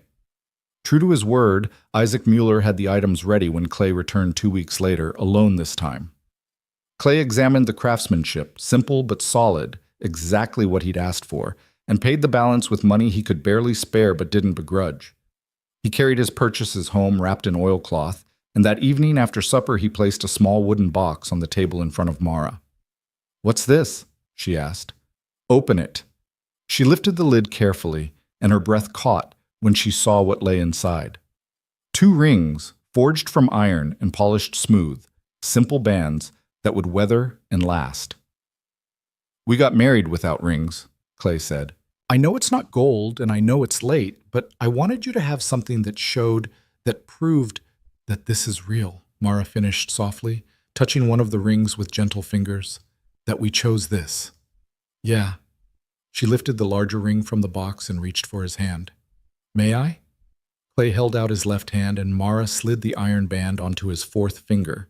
It fit perfectly, the metal cool against his skin, a weight that felt right and permanent.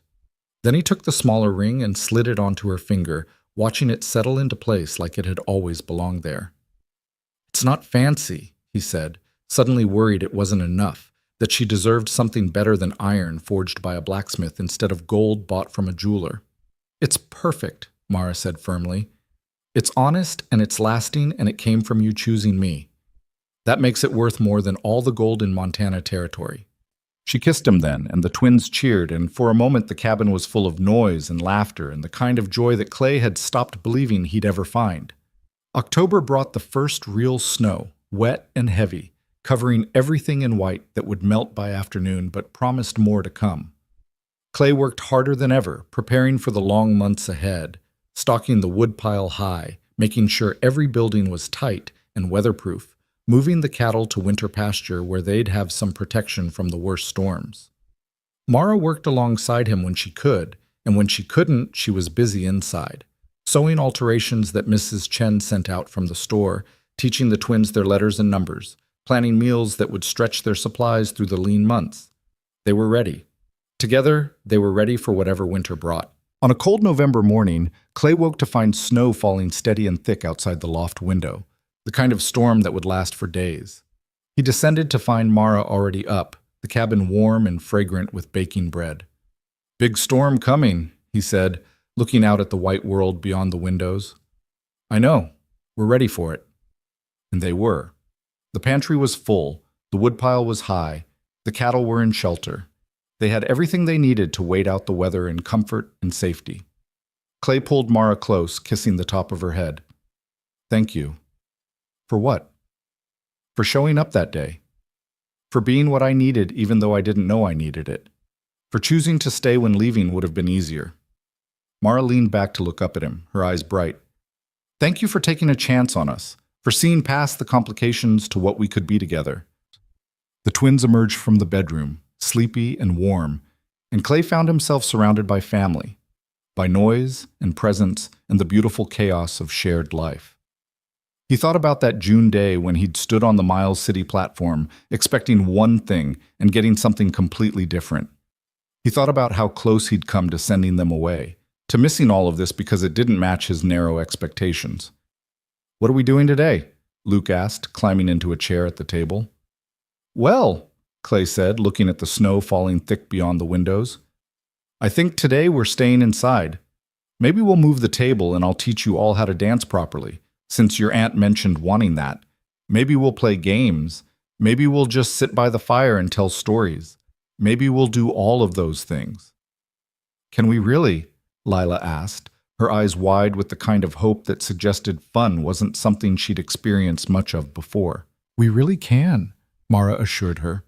This is what families do in winter. They make their own entertainment and they're together, and that's enough. So they did. Clay moved the table to create space in the middle of the room, and he taught Mara to waltz, though neither of them was particularly graceful, and there was no music except the rhythm they made with their feet on the floorboards. The twins watched and laughed, and then they joined in, and soon all four of them were moving around the cabin in a chaotic approximation of dancing that had nothing to do with proper form and everything to do with joy. When they were breathless and laughing, they collapsed near the fire, and Clay told stories about his journey west, and Mara told stories about growing up with her sister, and the twins contributed their own fragmentary memories of better times before loss had shaped their lives. They played simple games with stones and sticks, and they shared a lunch of bread and cheese and the last of the wild strawberry preserves. And the storm outside became something beautiful instead of threatening. Just weather, doing what weather did while they were safe and warm inside. That evening, as the twins were settling for sleep and Mara was tidying up the remains of their indoor adventure, Clay stood at the window watching snow continue to fall. He thought about the man he'd been in June, capable and competent, but fundamentally alone, building survival instead of life, enduring rather than thriving. That man was gone now, transformed by the simple act of accepting what he hadn't expected and learning to see it as exactly what he'd needed all along. Mara appeared at his side, her hand finding his, their iron rings clicking softly together. Happy? She asked. Clay pulled her close, wrapping his arms around her from behind, resting his chin on her shoulder while they both looked out at the white world beyond the glass. Happier than I knew how to be, he said honestly. You? More than I thought possible, more than I had any right to hope for when I got on that train in Chicago. They stood there in the lamplight while snow fell and the fire crackled, and the twins' breathing settled into the soft rhythm of sleep. Outside, the Tongue River country was locked in winter's grip, harsh and unforgiving and beautiful in its starkness. Inside, a family that had formed from necessity and choice in equal measure had found something that transcended both. They'd found home. Not the place, though the cabin and the land were part of it. Not the legal arrangement, though the marriage license and iron rings confirmed it, but the intangible thing that came from choosing each other every day, from building something together that was stronger than the sum of its parts, from creating safety and warmth and belonging in a world that offered none of those things freely. Clay had ordered a quiet, practical bride, someone who would accept isolation without complaint. Instead, he'd gotten Mara, strong and stubborn and far more than practical, bringing complications he hadn't wanted and gifts he hadn't known how to ask for. He'd gotten Luke and Lila, two children who'd taught him that the hardest thing to build wasn't shelter or success, but trust, and that earning it was worth more than any accomplishment he could measure. He'd gotten a life that was messy and loud and full of needs he hadn't anticipated. He'd gotten exactly what he didn't order. And standing there with Mara in his arms, and his children, because they were his now, in every way that mattered, sleeping safe nearby, Clay understood that sometimes the best things in life were the ones that arrived unexpected and demanding and completely different from what you thought you wanted. Sometimes the best things were the ones you were brave enough to keep when every practical bone in your body said to send them away. The snow fell through the night and into the next day, blanketing the ranch in silence and white. When it finally stopped, 3 feet had accumulated, enough to make work difficult, enough to test the preparations they'd made. But Clay and Mara moved through it together, checking animals and hauling water and keeping the fire fed, their rhythm perfectly synchronized from months of practice. And when the work was done and they came inside to warmth and the children's welcome, Clay knew with absolute certainty that this specific life with these specific people in this specific place was exactly what he'd been building toward all along, even when he thought he was building something else entirely. He'd come to Montana Territory looking for land to claim and a future to carve from difficult country. He'd found both those things, but more than that, he'd found the thing that made land worth claiming and futures worth building. He'd found people to share it with, people who'd chosen him back, people who made the hard work meaningful and the isolation bearable and the long winters something to celebrate instead of just endure. That night, with the twins finally asleep after a day of helping dig paths through snow too deep for their small legs, Clay and Mara sat together by the fire, her head on his shoulder, his arm around her waist, both of them watching flames dance and feeling the deep contentment that came from being exactly where they belonged. "I love you," Mara said quietly. She'd never said it before, though they'd been living it for months. "I love you too," Clay answered, and the words felt natural as breathing, true as any fact he knew about the land or the seasons or the work that sustained them. Outside, the Montana winter pressed close and cold and unforgiving. Inside, a family born from unexpected circumstances and deliberate choices held each other close and faced the future together, knowing that whatever challenges came, they were strong enough to meet them. Not because they were perfect or because life had gotten easy, but because they'd learned the simple truth that some things built together were stronger than anything constructed alone. The bride he didn't order had become the wife he couldn't imagine living without. The children he hadn't prepared for had become the center around which his days revolved. The marriage that started as transaction had become the truest thing in his life. And as sleep finally claimed them both, still wrapped around each other in front of the dying fire, Clay's last thought was gratitude. For chances taken, for hearts that remained open even after being hurt, for the courage it took to build something new from unexpected materials, for the life he'd found when he stopped insisting it looked the way he'd planned and started accepting what showed up instead.